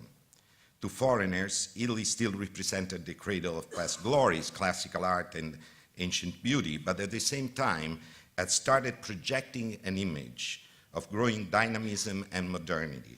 The International Exposition of Fine Arts in the capital city represented the occasion for the United States to show at last the achievements made by Americans in the arts.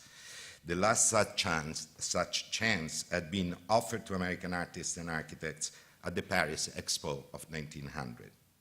The 10 years separating the two events are labeled most appropriately the Roosevelt era.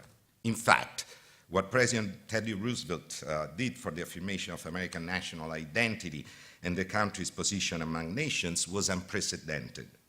With his aggressive policies and cultural statements, he managed to launch the United States in the firmament of great powers, while at the same time promoting a new image of the country as the hotbed of new trends in technology and politics, of course, but also in the cultural realm. This paper intends to highlight the intense transnational exchange between Italy and the United States going on between the end of the 19th century and the beginning of the 20th. This exchange was part of a larger transatlantic connection that prepared the ground for the central role of the United States in international affairs, while opening to Italy the road for transformation and growth. This potential would fully spread its wings only after World War II and the dramatic intermission of fascism. As it is often the case in history, economic and political relations were of course central, but they could not have flourished without that most important soft power, as it is called today, represented by the arts, literature, and history. Several Italian intellectuals and artists had embraced modernism in the last 2 decades of the 19th century, and by 1909 had launched with a manifesto a new vanguard movement transcending it. And this was, of course, part of the talk of Francesco yesterday, futurism. Artists in the United States were at the same time experimenting while traveling constantly between the United States, Paris, which was the hub of the arts and culture at that time, and Rome as well, finally achieving the acknowledgement of critics and other artists in the world that indeed there was an American school with its own peculiar traits. Thus, American Commissioner General at the International Exposition of Fine Arts in Rome in 1911, Harrison S. Morris, in an interesting synthesis of the mood of the time, declared, I'm quoting, "All roads still lead to Rome, but the artist of today will succeed not either unless his offspring are saturated with the American soil and stamped with the impress of his nationality," end of quote. His statement echoed the words pronounced by the American ambassador in Rome, George von Lengerke-Meyer, at the opening of the American Academy in Villa Mirafiori in 1904, quoting again, "No truly great country has yet existed without an art of its own, and it is equally true that all national arts only have their origin in some previous one." The event was also celebrated in Italy and the United States in newspapers. This is a very bad picture, I'm sorry, I took it myself from the Boston Herald. American artists in a Roman villa. For the book, I need to get a better one. In fact, the major goal of Congress at that time in allotting money for the Rome Expo was to assert the new achievements of American art, proving that the nation had weaned itself from the cumbersome European influence. While many American artists and writers still looked at Europe for inspiration and models, others had found their own style and identity, which by the end of the 19th century was markedly national. By the turn of the century, they were disclaiming it, as did the American government in its international projection imbued with the civic and racial nationalism of Theodore Roosevelt. It was not by chance that the American Committee of the Roman Expo included, among traditional landscapes and bucolic scenes, Cecilia Bowes, Mrs. Theodore Roosevelt, and daughter Ethel. The Expo itself was a statement of national identity and an attempt at defining the nation, an imagined community of purpose that 50 years after Italian unification and the American Civil War was still in need of being confirmed in its own right. In the same promotional note in Scribner's magazine, Morris added, quote, "The display at Rome was ordered by Congress at the people's expense. It is to represent and advance the people. It is the rest of the people's cultivation in achievement, it is the test of the people's cultivation in achievement and in the recognition of ideals to date. It is fitting, it is essential that every movement in American painting and sculpture shall have fair representation, and so far as it has been possible within physical and economic limits, they have." As Sarah J. Moore recently wrote in her essay on the Rome Expo in 1911, I'm quoting again, "As with any other World's Fair from the turn of the 20th century, it was within the context of the fine arts displays at the Rome Exposition that the collision of national and international imperatives and boundaries were most evident and widely discussed," end of quote. The transnational community that had developed in the 19th century was now evolving along new lines in the redefinition of the nation state. The United States and Italy, then minor political and military powers, contributed a great share in keeping the two sides of the Atlantic connected. Of course, they had a major issue at stake that contributed at times to foster friction and dissent: immigration. Actually, the two countries had been on the brink of breaking diplomatic relations toward the end of the 19th century, in 1891, when 11 Italian nationals, actually some of them already holding naturalization papers in the United States, were lynched in New Orleans in the major mass lynching in US history. They had been accused of the assassination of the New Orleans Chief of Police, David Hennessy. Put under trial, they were acquitted for loss of evidence, but the widespread stereotype of the Italians as, quote unquote, mafiosi, as low-class, dangerous individuals, moved the mob to blame the foreign immigrants as dangerous types, as we've seen before about Sargent and the projection of the image of the immigrant. These types alien to nativist American culture, of course. After requesting explanation and an inquiry on the part of the American government and receiving a laconic reply that the matter was the care of the state of Louisiana and had no federal relevance, the Italian government decided to recall the minister plenipotentiary, Baron Xavier Fava. It took 2 years and a major diplomatic effort to re-establish a friendly relationship. The traditional amity between the two countries, the constant traveling back and forth across the ocean of Italians migrating to the United States, of course, and of growing numbers of Americans traveling to Italy on the Grand Tour when they did not establish their residence in the major cities of the peninsula or in a beautiful patrician residence in the countryside, called for good mutual attitudes. By 1893, and after a long and extenuating bargaining, the two countries not only decided to send their representatives back to their respective capitals, but they promoted them to the rank of ambassadors. Moreover, with a wise diplomatic move, Washington appointed 2 politicians in a row to serve in Rome, Wayne McVie and William Draper, interrupting the common practice of sending artists or intellectuals to represent the United States in what was, after all, still considered the cradle of Western civilization. The two nation states, moreover, faced common problems that made the completion of the process of nation building or rebuilding, as in the case of the United States, more difficult.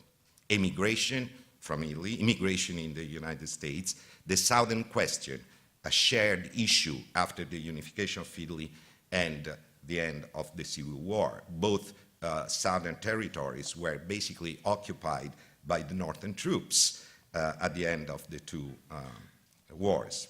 Demands for reform that came also, and especially in Italy, but not only, also in the United States, from radical movements such as the socialist and anarchist ones. In that same year, when Italy and the United States reestablished diplomatic relations, a group of 1893, a group of American architects led by the eclectic and cosmopolitan Charles McKim started thinking about the possibility to launch an American Academy for Architecture and the Arts in Rome. The model for such an institution, as aptly underlined by Peter Benson Miller, who's here with us today, was the prestigious French Academy on the Pincian Hill. In 1894, the American architect was already active, examining the possibilities to establish the academy. He thus began making contacts to survey the grounds in Rome. By 1897, the project was accomplished with the establishment of the American Academy in the Casino dell'Aurora in the prestigious Villa Ludovisi. 2 years later, we are in 1899, a young graduate from Harvard, after some traveling in Italy, decided to make Rome his own.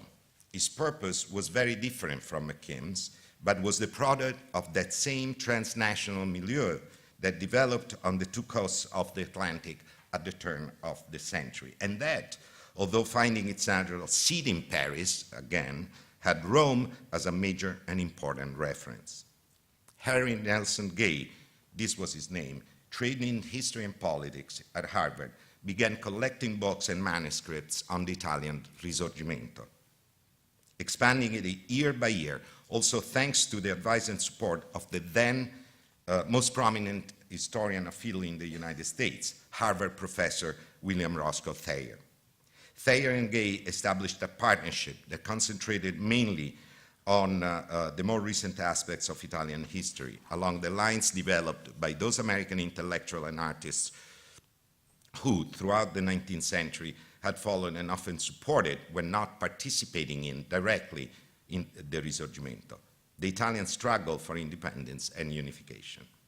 Their attention concentrated also on Italy in its present state.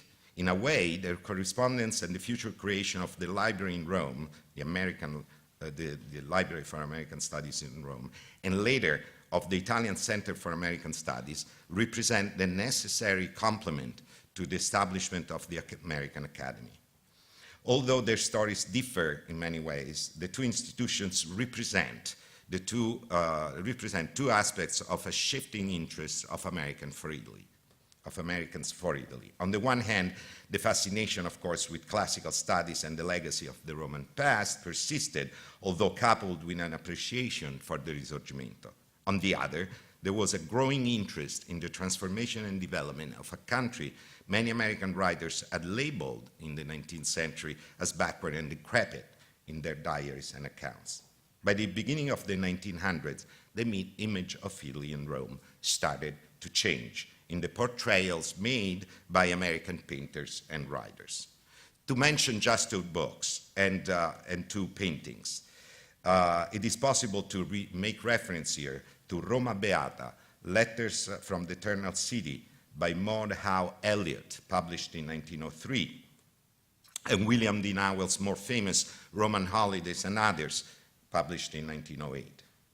And the drawing by Joseph Pennell, building of the Victor Emmanuel Monument in Rome, which was actually completed in 1911, which concentrates on a very different aspect of the life of the city, and Maurice Prendergast's painting, The Pinchinelle, 1898, which are further testimony of a change. American artists and writers, as well as businessmen, began looking at a new Rome where modernization was underway and a new middle class emerged as the protagonist of economic and social life. The middle class that strolls on the Pinchinelles and in the city center, along with their American friends and colleagues. The new administration of Mayor Ernesto Nathan, an Italian-British liberal progressive, designed the first modern urban plan for the city of Rome. This included the development of the Janiculum Hill with the construction of fashionable villas and middle-class family homes. By 1902, Gay's personal library, in the meantime, had reached the number of 6,000 volumes and forced him to move to larger quarters, leaving his original residence in Palazzo Orsini. At the same time, he took regular orders from Thayer, who needed material to write his monumental biography of the Italian mastermind of unification, Prime Minister Camillo Benso, Count of Cavour, published then later in 1911. Gay's volumes by 1918, by the end of World War I, numbered 10,000. Only a small portion of them became the first backbone of the Library for American Studies in Italy, created in the same year with Nelson Gay as its director. The rest, Gay sent to Harvard between 1930 and 1932 to create the Risorgimento collection of Widener Library, which is still the biggest collection on Italian history of the Risorgimento in the United States. In the matter of a few years, between 1897 and 1911, many things changed, and while Italian immigration to the United States reached its peak in 1907, a growing number of Americans, and not only literati and artists, but entrepreneurs, professionals, diplomats, and businessmen, moved to Italy and mainly to Rome, Florence, and Venice. By the very beginning of the 20th century, the cosmopolitan American community in Italy had become so large as to be able to have two periodicals published in the country, which competed with the new glamour press of Italy. They informed American residents about the accomplishments of their compatriots, both in Italy and the United States, and about the scintillating life of Americans who were able to befriend and often enter into the Italian aristocracy of the time. Several young American heiresses married into families of counts, marquises, and barons, thus transforming their literary salons in aristocratic milieus of upper Italian society. At the same time, President Theodore Roosevelt decided to impress a major term to the American diplomatic legation in Rome. Within his almost 8 years in power, Theodore Rex, as his biographer Edmund Morris renamed him, sent 3 of the most prominent and appreciated American diplomats to Rome. All of them came from the upper crust of the professional and entrepreneurial ranks and from the East Coast. George von Lenkerken Meyer, the first 40 years, here portrayed by Julian Russell Story, the son of William Wetmore Stories. Actually, the painting is here at SAM in 1894. Henry Wyeth and Lloyd Griscom. By 1910, when after his African safari, Roosevelt visited Italy and was welcomed as an international star, a very famous person, so much that a Florentine shopkeeper and look-alike of the president that you see on the right dedicated his little shop to the president himself, Magazzino Roosevelt, Roosevelt's shop.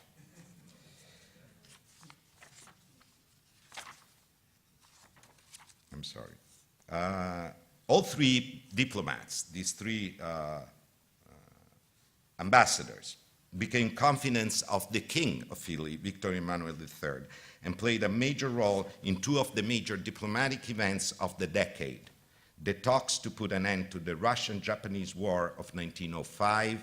These were Meyer, because he was moved to St. Petersburg in Russia, and Griscom, who was in Tokyo, and the Treaty of Portsmouth, which gave Roosevelt the Nobel Prize for Peace in 1906. And the Conference of Algeciras on Morocco, where White participated along with the Italian Minister of Foreign Affairs. TR wanted the United States to play a new role at the international level, and Italy seemed to represent a strategic outpost in European affairs. As Meyer had aptly put it, quote, "Rome is rather a listening post in the European world than a station for difficult work in diplomacy," end of quote. Meyer and White especially played also an important role in fostering the American cultural presence in Rome, supporting the establishment of the American Academy. Meyer and McKim, after all, had a strong personal bond, having married 2 sisters, Marian Alice Appleton, Meyer, and Julia Appleton, McKim's wife, who died at a young age. Grandchildren of U.S. Whig representative in the House for Massachusetts, William Appleton. Meyer made the contacts to acquire the Villa Mirafiori and secure a loan of $125,000 for its purchase from the industrial manager Henry Walters, founder of the Baltimore's Walters Art Museum. The villa became the headquarters of the Academy between 1904 and 1914, after the Villa Ludovisi and before the Villa Aurelia, and the new building realized by McKim, White and Mead across the street on the Janiculum. In 1906, Ambassador White was already working hard at the new project, corresponding with Clara Jessup Hayland, owner of the Villa Aurelia on the Janiculum, who invited him to reach out to John Pierpont Morgan to explore the potential of the area around her property. She lamented the budgetary limitations imposed by Congress on the Academy, which could, quote from Hayland, restrict the development of a great idea and the choice of the name, which should have been the Academy of America. In those years, the ambassadors of the United States had become famous characters in the glamour life of Rome, and I hosted major party, as it is testified by this paper that announces the participation of Mrs. Meyer into, the organization of a party by Mrs. Meyer, who was very well known in Rome at that time. Wilson's election somehow threw things back in time, as he appointed a writer from the South to the post in Rome, Thomas Nelson Page.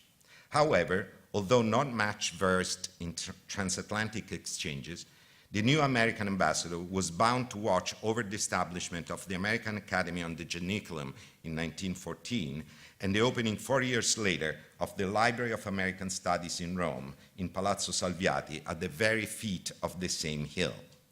In 1934, the library gave way to the new Centro Italiano di Studi Americani. In a very short time, 4 years, the American cultural presence in Rome, more or less as we know it today, if we leave aside that new version of the Grand Tour, the study abroad programs, had been institutionalized. The institutions concentrated around the historic hill where Garibaldi and his troops offered the last stand during the Roman Republic of 1849. Actually, the Villa Aurelia, bequeathed by Clara Helen to the Academy in 1910, had been the Italian general's observatory and headquarters in the defense of Rome. With the outbreak of World War I, the transatlantic relationship, as well as the American presence in Europe, changed once more, acquiring progressively the form we know today. One can say, to an extent, that the time of the Grand Tour was over. A new political and cultural relationship replaced it and lasted until the early 1930s, before relations worsened after the Italian fascist aggression of Ethiopia, and even more with the introduction of racial laws in 1938. However, as the war dragged on in the European trenches, it became clear that American intervention would move from the Caribbean and the Pacific to the Atlantic Ocean. Wilson carried further what TR had initiated, although with different goals. He contributed to make the Atlantic Ocean the locus of international and transnational relations for the next 50 years. Wilson thus violated that major non-written rule of the Republic and a legacy of Washington and Jefferson, entanglements with none, especially with European powers. World War I changed that rule for good.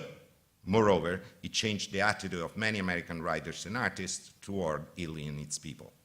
A few months after signing another protocol on arbitration with the United States, the Italian government decided for war, switching alliances and moving into the pact between England and France. It was May 1915. By the end of the year, many Americans left Rome, although several continued to support the country at war. They sent funds for the American Red Cross, on whose board sat many American women married to Italian noblemen and still in the country. Harry Nelson Gay was appointed director of the American Red Cross Relief Fund. Among the most vocal interventisti, the Italian pro-war agitators, there were two Americans, Gay and Page. Actually, both of them even supported irredentismo. We heard about irredentism a while ago by Caitlin Beach. The idea that Italy was to liberate the territory still under Austrian rule. In Italy, we say Trento and Trieste to mean the two major cities of that part of the country, but also to expand its influence on all territories that spoke Italian, where Italian was spoken. Italians hailed Wilson's decision to enter the war, as did many other Europeans who considered the American decision inevitable, and this was the opportunity to strengthen a partnership that had grown over time, of course. While the American army started preparing to send troops to Europe, which took almost a year, by the end of 1917, some special units reached the continent ahead of others. Among them, there was one made of aviators sent to Foggia in southern Italy, the Puglia, for training under the command of Major Fiorello LaGuardia. In the summer of 1918, as the war progressed toward its close, Gay, with the support of Ambassador Page and of two American Red Cross officials, constituted the first structure of the Library of American Studies. The Academy, on its part, rented Villa Aurelia to the American Red Cross in wartime.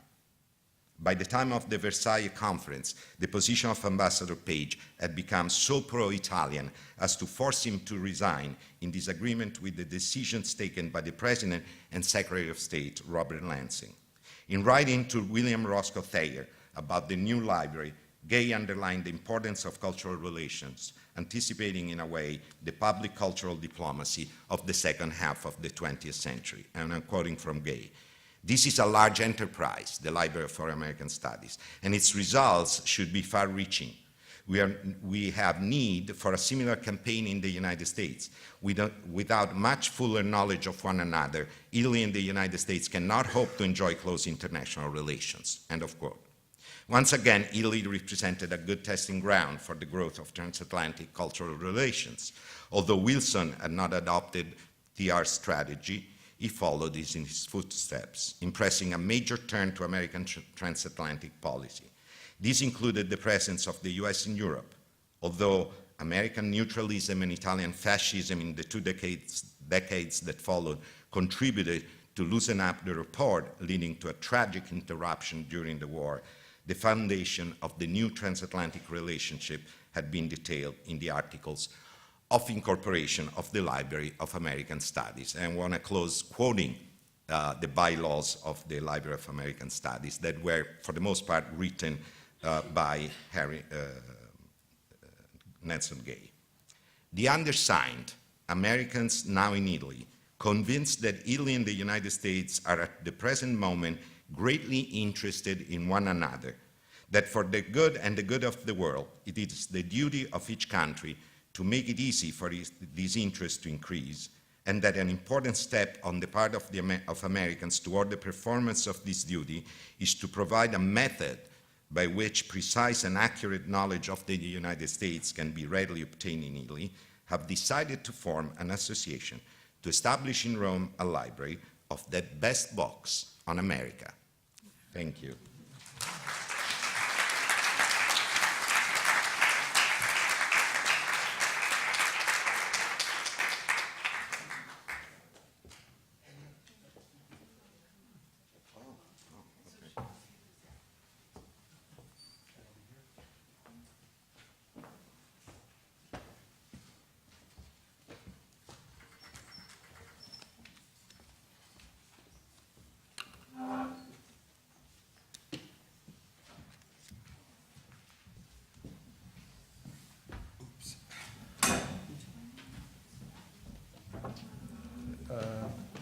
Well, technically, you have until what? I was thinking. Yeah, I mean, but, yeah.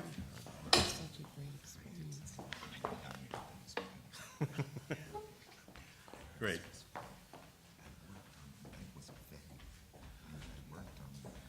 Well, I'm Paul Kaplan, one of the co-organizers of the conference, and first of all, I think maybe another round of applause for 4 really terrific papers this morning.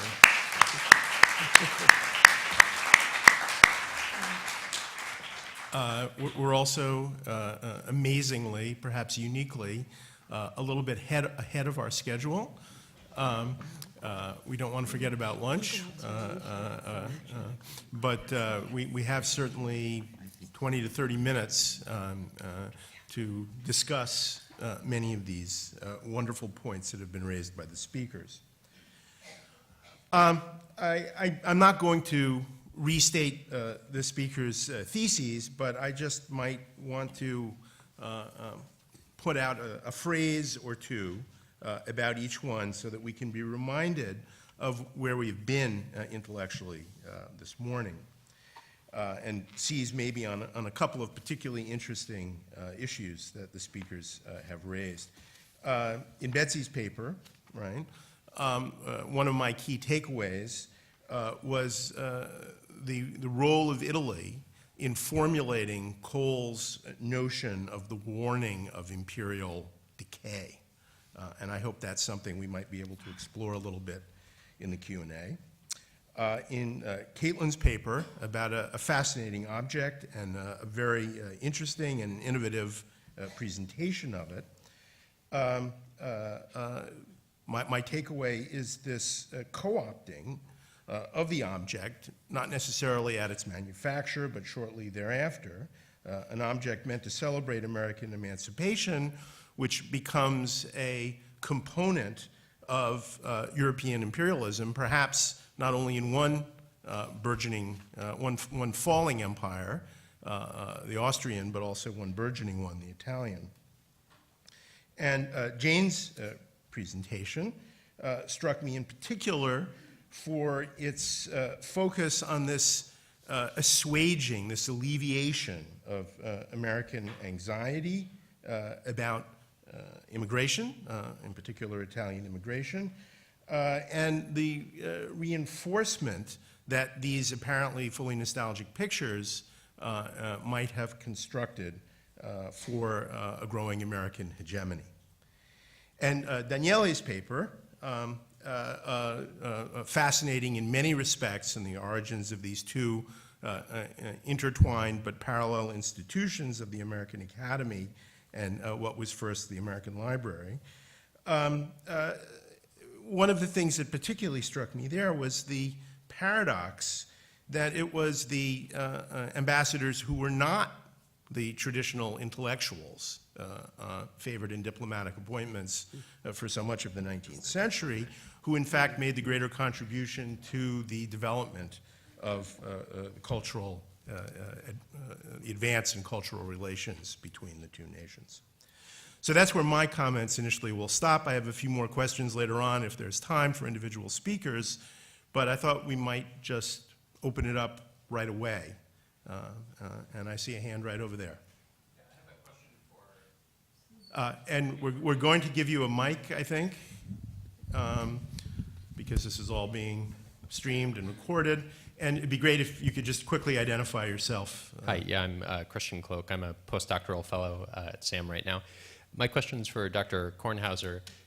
Given the quote from Cole's 1836 essay and the images you showed in your reading of them, I was struck by a lot of the similarities and resonances with Virgil's poetry, particularly the Georgics and the Eclogues, which sort of cast the fall of the Roman Republic in this very naturalist way.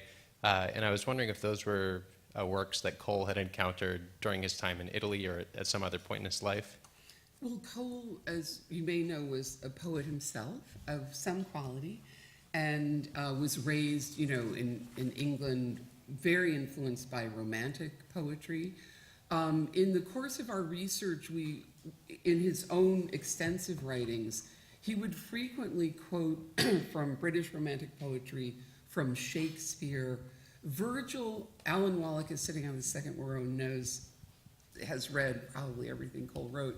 I didn't encounter Virgil, but it wouldn't at all surprise me, at all. His time in Rome, his kind of meditations at the Protestant cemetery, and his roaming around. I'm sure that he encountered it. He was an avid reader of poetry and literature. I mean, I just wanted to sort of add on to that question. Does Cole, notions of exile, do they have any role to play? Because in some of the ancient poetry, notions of decay, but also of exile play a long role. He's someone who might speak of himself as a kind of exile in terms of Britain, but does that come up anywhere in particular? Well, I think, that he leads this sort of peripatetic lifestyle that has been really largely ignored in the traditional discussions about Cole, the founder of the Hudson River School, the fact that he's traveling constantly until he finally returns and becomes a citizen in 1834. Right. That's when he really puts his roots down in Catskill, marries, has a family. But up until that time, yeah, there were moments in, my thinking about his time in Italy that I suspected there were moments where he might not have wanted to leave Italy and return back to the United States. He had the burden of a large family and parents that were strained monetarily and constantly claiming illness to get him to return back.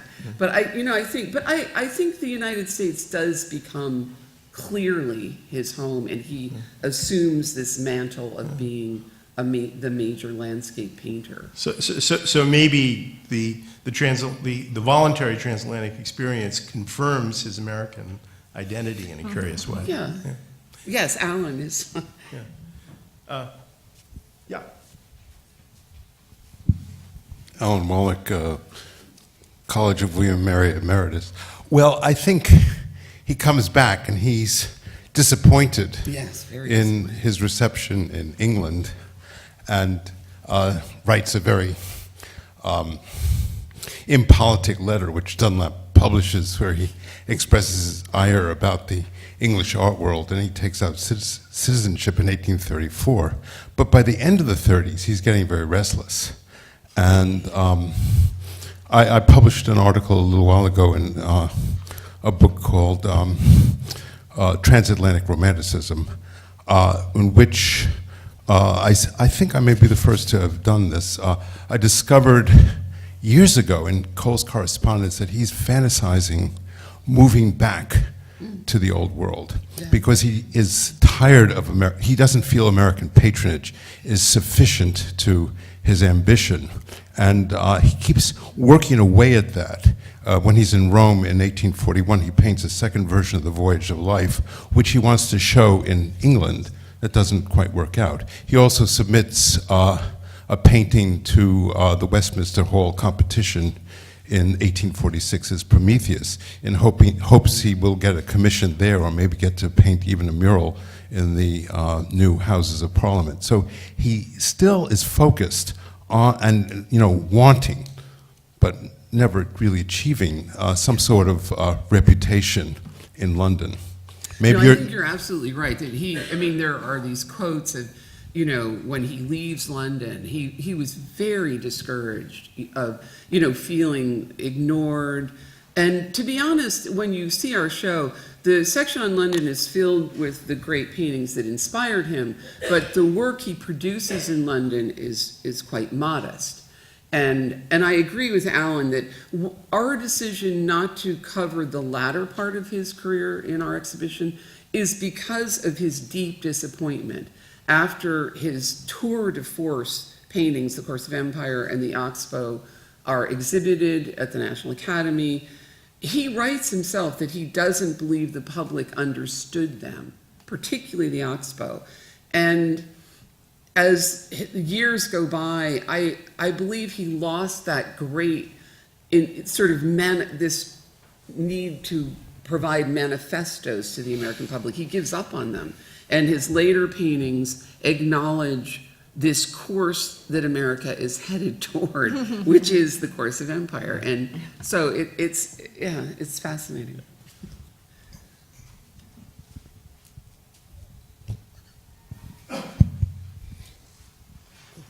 Excuse me. My name is Daniel Holmes. I'm a science teacher in Maryland. And the question is for Jane. What I'm about to say is not really politically correct, so just kind of bear with me. Bring it on. Excellent. In Italy, I was drawn to what you said in your speech. In Italy, there is more than a few black Madonnas and pictures of Jesus being black.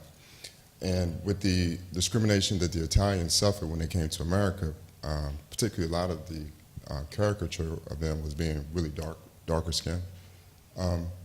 My question is, why over time did they develop the same contempt or similar contempt for black Americans, having suffered directly just some of the discrimination that blacks who had already been in the country had dealt with?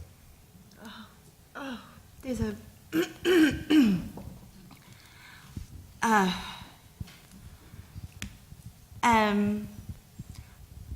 it's one of the great shames of how Italian Americans became white. There's some, Paul, have you read there's a recent book on just this topic that talks about the relationship between African Americans and Italian Americans. in the U.S. And it's what I can't remember exactly the newest study. It's an effort for Italian Americans to quickly assimilate, and unfortunately,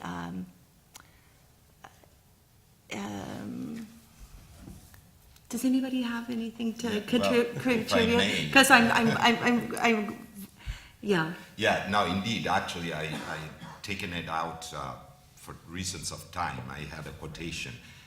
Speaking of the lynching in New Orleans, Italians were often labeled as almost Negro papists. This was, the label that was used in the South, and there was a pretty close relationship because Italians, first of all, didn't realize that they, when they came to the United States, settled usually in poor quarters areas, and they were very often populated by African Americans.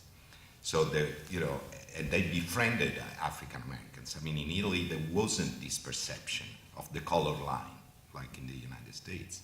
So they actually, when they realized that this was, creating problems, I mean, I'm generalizing, of course, but there is this slight movement of whitening, it's called. Yes. That, and maybe Yes. the book you were Yes. referring it to is Whiteness of a Different Color by Northrop Frye, what's his name? Matthew Jacobson. Thank you, Matthew Jacobson. Or is that it? There's No, a brand new about- book. It's Is it? it's Yeah. another book because that's kind of what it's But not. yeah, I mean, I But can, it is an issue that, for immigrants especially. yeah. Samuel F.S. Pardini, In the Name of the Mother, Yes. Italian Americans, African Americans. Yes, thank you. Can you say it again? It's a, Samuel Pardini, In the Yeah. Name of the Mother. Right. yeah. It's just, Yeah. the central question is the whole book. Your central question is the whole book. And those relationships that were sometimes good and sometimes not so good. I mean, in Boston, the Italians did not have a good reputation for hiring African Americans in right. their restaurants. I mean, it's a very complicated, Yeah. it's a very complicated issue, even looking a little further back before the era of immigration. From various vantage points, I mean, Frederick Douglass, actually in the 90s, talks about traveling in Italy and talks about traveling in Europe, and he's heading toward, in the direction of the Middle East.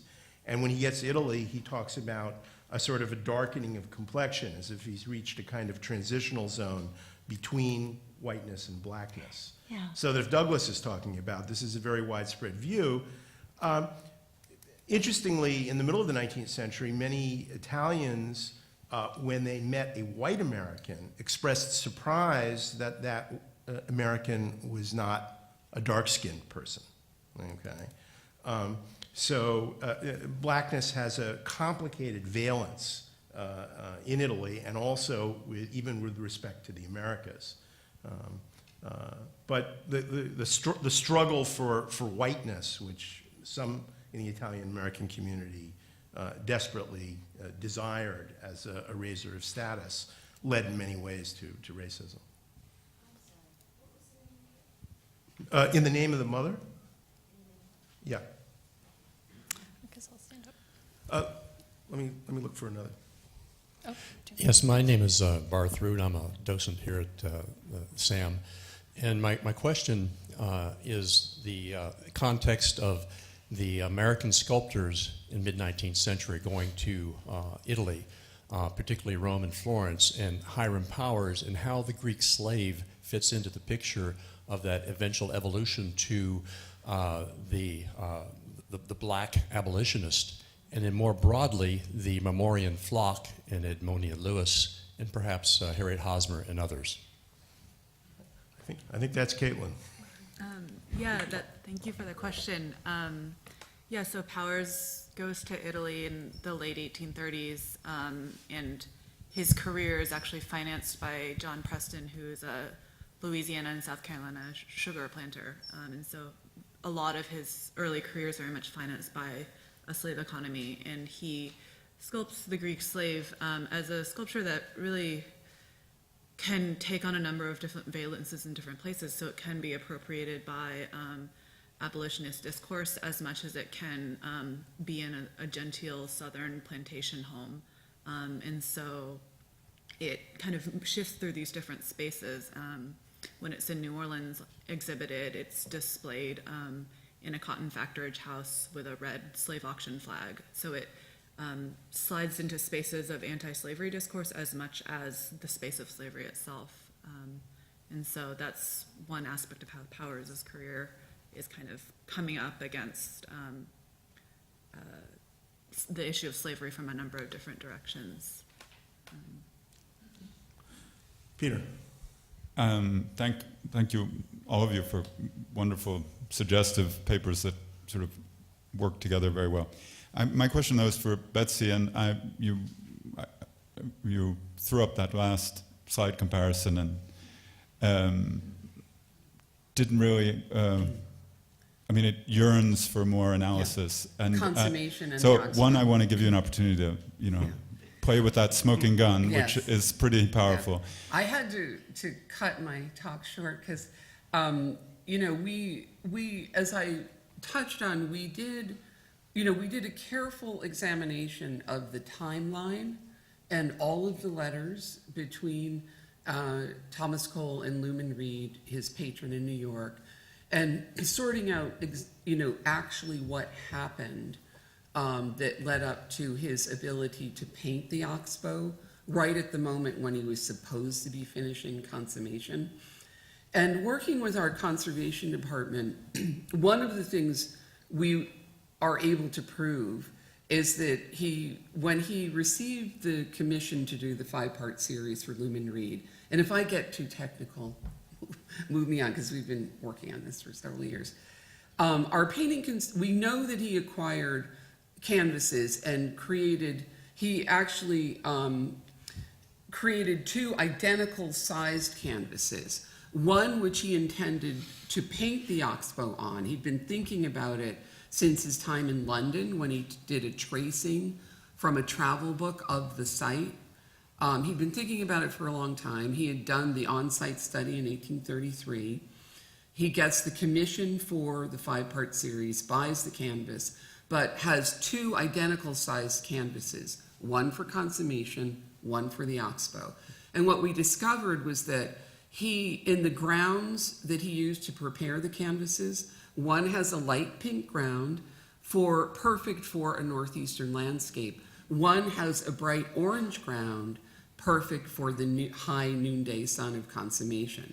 So that is the beginning of our evidence. We then know that while he was struggling to come up with his ideas for consummation, he took the canvas intended for the Oxbow and did a complete rough architectural underdrawing for consummation. But he intended that painting to be Oxbow. It was a failed kind of, rough version, as he expresses to Reed, and then he takes the final, this is complicated, canvas for consummation, and does a much better ruled drawing for consummation. But the message in both, the execution is happening at the same time, the thinking process is happening at the same time. The trees in his favorite view in the Catskills are being cut down in preparation for a railroad to come in. So he's railing about that in his letters to Luman Reed. And when he gets permission from Reed to stop work on consummation, to take a breather because he needed to show something at the National Academy for their spring show in 1836, he gets permission. He has the tracing, the on-site drawing, the properly prepared canvas with the right ground, and he does a lovely studio oil study and completes Oxbow in 6 weeks. So we know it's all happening and intertwined deeply. But my reading of the Oxbow and the right side of it, it's very complicated. I can't go into all of it today, but the right side is representative of humans' really alteration of pure nature, or even really the Arcadian ideal that Cole held.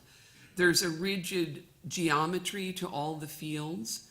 It emphasizes humans at work altering the landscape. And then finally, the markings on the mountain are representative of deforestation, and I show many other examples of deforestation that Cole suggests leading up to that. And then in his own writings.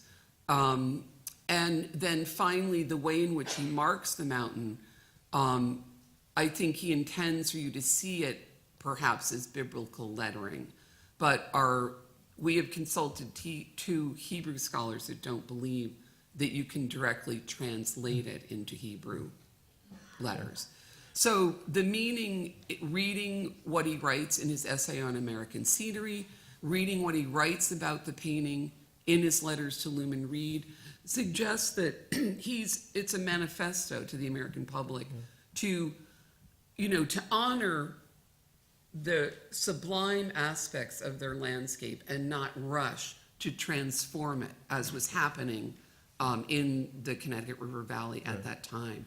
But, I mean, I do think, if I may jump in for a sec, that there's something about that Northampton landscape, and as a native of Northampton, I can speak to this very directly. I kind of grew up in that landscape. That the juxtaposition of the cultivated and the wild, the mountainous wild, has many parallels to the areas around Rome. Okay. That's a good point. It's a sort of perfected campagna. It's what the campagna would look like if disease was eradicated and a legitimate kind of development, an agricultural development might occur.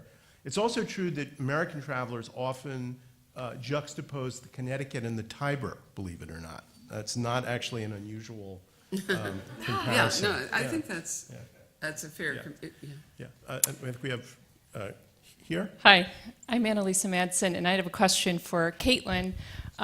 Thinking about the Pezzicar sculpture, and were multiples made of it? And if so, were they life size or reductions, and how did they circulate? I have that same question. I don't know if there are multiples of this statue.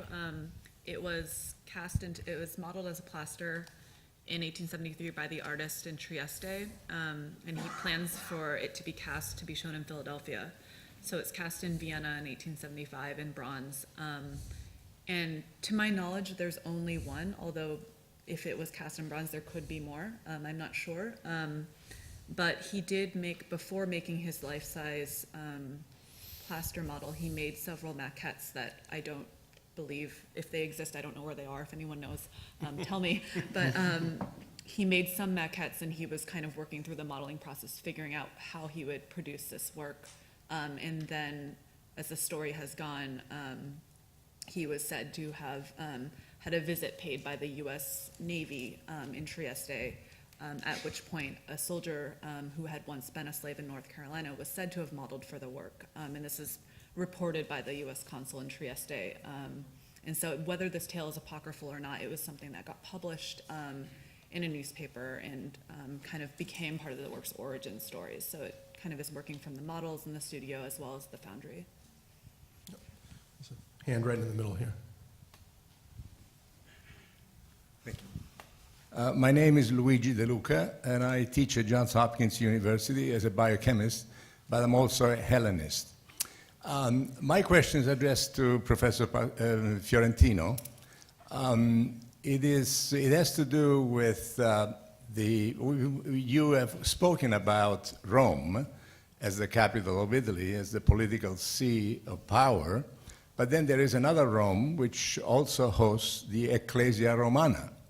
And I'm wondering whether the Roman Church, if you or anyone else on the panel would like to comment on whether what was the attitude and contribution or less than contribution to the transnationalism or between the United States and Italy. Well, we can spend the rest of the day. Well, it's an important issue. Yeah, it's a very important issue, actually. It was central in U.S.-Italian relations for the whole 19th century, more. I mean, it still goes on to an extent. Well, we have to, I'll try to make this short and, a synthesis. You have to go back basically to 1848 to understand what was going on between the United States and the Vatican. When the United States established the first legation in Rome, was because of the church, not, instead of, despite of.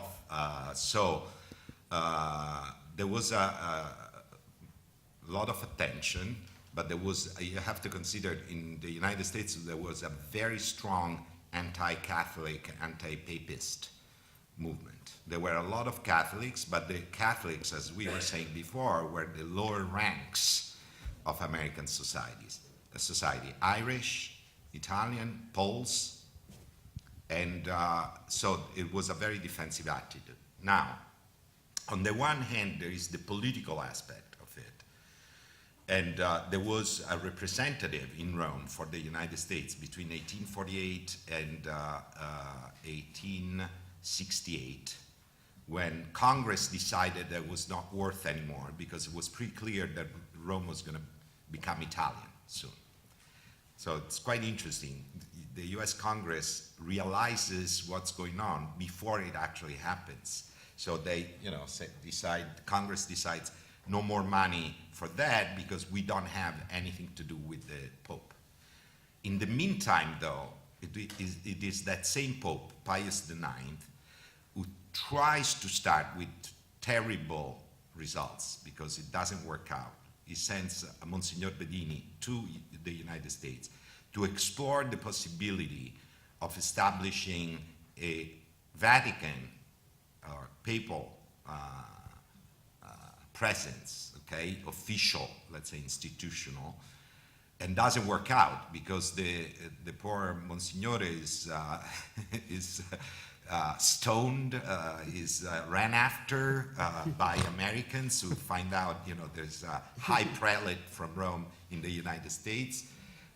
He has to basically be moved out of the United States undercover because, so there is a lot of friction and tension, which starts changing in the 20th century, and it's quite interesting. The first, he was definitely not a pro-Catholic president, but the first president to visit the Vatican and meet a pope is Wilson. Really? And because there is an essay that I read some time ago, but about Benedict XV's speech against war, l'inutile strage, the senseless disaster, and Wilson's speeches about peace on earth, the universal values of the United States, and so on and so forth. So, you know that the American embassy to the Vatican was opened only in 1984. So actually, it takes a very long time. I mean, it's basically unacceptable for the United States. The idea that you acknowledge a spiritual leader, that's one of the major issues. When you read a lot of the American writers, I just quoted a few, but there are several American writers who speak about the Pope, and most of them in the 19th century say, well, it doesn't make sense. I mean, this is a spiritual leader. What does he have to do with politics? Of course, it has to do to this day a lot with politics, but that was the approach. So actually, and it never went through the Italian government, also because the Pope excommunicated the king, the ministers, when Italy was created, so they couldn't be go-betweens between the United States and the Vatican. What the Vatican did, and here we open another chapter, another conference somewhere else, is what the Vatican did little by little between basically the 1880s and the early 20th century to establish outposts, I call them, but basically missions and parishes to help the American immigrants. That was the idea. But you know, from this point of view, there was also a concurring actor that was the Italian state, because the Italian ambassador in the first 15 years of the 20th century was basically a social worker, and he wrote extensively on Italian immigration. The United States showed Jacob Riis, right? I was thinking of Mayor de Planche writings that are very similar. I mean, he depicts the poverty that Riis depicts in How the Other Half Lives, and he was the ambassador of Italy. I mean, he tells the country, you know, we have another problem that is not political, but is social. And, you know, if we want our people to live a decent life in the United States, we have to intervene. On the other side, there was the Vatican. So there is a lot. I just wanted to ask Daniele, or perhaps Peter, do we know anything about Catholics actually participating in the activities of the American Academy in the early years? Is there a kind of informal religious line? Or it would be interesting to know when we first see... In the American Academy? In the American Academy, where we see Catholic Americans as participants. I guess it's a rhetorical question, but it would be interesting to know. We have time, I think, for about two more before we need to break. Sergio. Thank you. I have a question for Jane Dini. Actually, there was I'm bringing back the argument about racism. I should have done this question before, but I had to wait my turn. That what is surprising about your talk is that you start developing the question about the vision, the racist vision of Americans toward Italians, using the image of two Venetians in the picture of Sargent, and claiming that those men are swarthy and therefore associated with, with a racist bias. But it was very clear, I think, I don't know if that was clear, but in Italy that is clear that there is a difference, a racial difference between the North and the South, especially those here, and that no people in the North associate people from the south of Rome, as almost Africans, for instance, and that it was that part of Italy that contributed most to immigration to America, so Sicilians and Neapolitans, and in fact one of the characters I'm going to talk about in my topic, Edward Rowan, when he was visiting Italy, in 1931, he was in Milan. He didn't venture south of Rome, and he appreciated Milanese because they were light-skinned, unlike the southern Italians, almost Africans. So, but in your paper, your he was this Edward Rowan, who was as the superintendent of one of the programs of the New Deal for murals. But he was an artist. No, he was a critic, and he traveled to Italy in 1931, and so he made clear the difference between light-skinned people from the North, very beautiful. In fact, he appreciated the beauty of both men and women in Milan, and made a clear difference from people in the South, almost Africans. And there was those who, and he was surprised to find people different in Milan from those he was accustomed to see in New York, because the people he saw in New York was basically, and in fact, actually, you make the point, because you start with Sargent pictures, but then you move to another caricature of bandits, briganti, from arriving to New York, and those are clearly from the South, because they have the shape of their hat is, as far as I understand, they are people from Campania or even southern. So I think you should develop more that. If Sargent was aware of this differentiation, north-south, That's the Well, question. This is such a big topic. Let me just throw out a few other things that, since Salvador Rosa was doing paintings of banditti as early, during the Baroque period, there was this stereotype, but more important to my work, which I'm interested, which I did not have time to go into, was this idea of color, of Italians being discussed as color or colorful. And even Washington Alston, while he was still a student at Harvard, went over to Italy. He had a sort of a mythic female figure called Signora P, who he discussed in terms of all of her color. So, I mean, there is, yes, I know there's this later discussion between North and South that is as true in Italy as it is in the United States. But I'm more in, and this gets back to your earlier question about seeing people in shades of, in tones and shades, as William Dean Howells called the furtive glitter of Italians, the dusky complexion of women when he looks at them in Rome.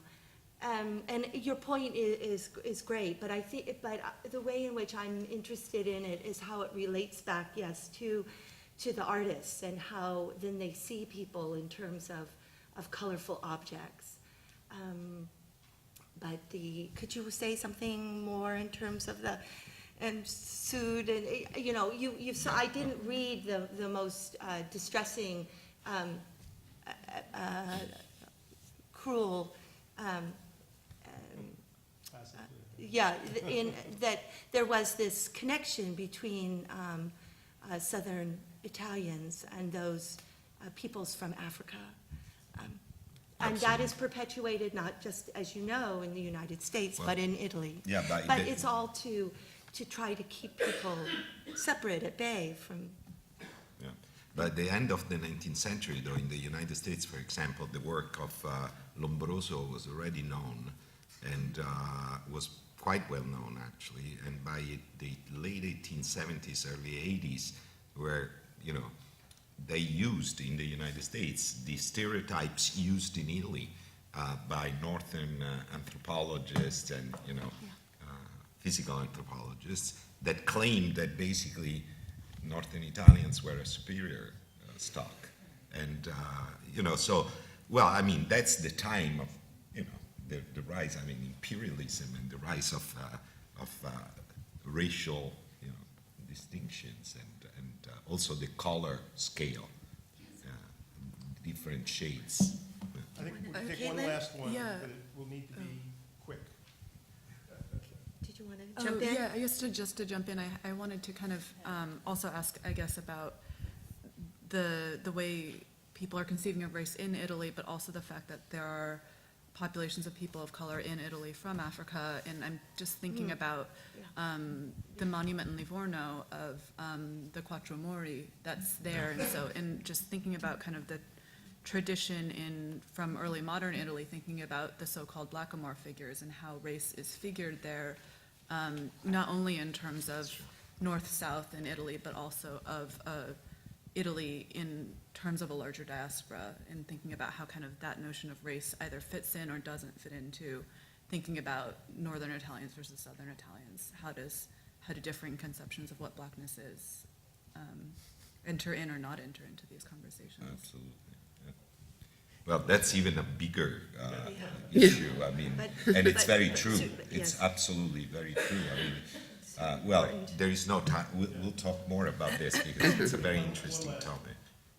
Diane Tepfer, to follow up on this discussion, how do you reconcile the major celebrations of the 400th anniversary of Columbus in the United States, including for New York City's Columbus Monument, when the Roman architects, sculptors selected a little-known sculptor from Messina to do the sculpture of Columbus? I mean, because I live in New York City, I've been following, for any of you that are on the AmArt web, there are days and days of reading there, but I know a lot of our colleagues who are teaching courses, they're teaching courses on this subject, and there are bibliographies that are emerging, and, enormous amount of thought being put toward thinking about these issues. But I think many people feel that it's something that requires a lot of thought and time, not a rash decision to be made. But I mean, that's as much as I can say at this point, but it's very much a topic of discussion, thinking, dialogue right now. Yeah. I have a question. Is it the World's Fairs that really, that are celebrating Columbus, that make it so Columbus as a figure so inextricably linked with the Italian experience? When does that really, why does that take off? Why is it Columbus? We're in the District of Columbia. I know, but I'd love to know that timeline, that really and I know about the 30s and 40s and the Knights of Columbus, but I'm interested in how that all sort of steamrolls to this. There's a great sort of iconological study to be done in terms of transformation of Columbian imagery. Yeah. I think we may need to leave it there, but I hope we'll all see you this afternoon. We start again at 2, am I right? Right here. Oh, great. Thank you. When I saw you spoke for such a long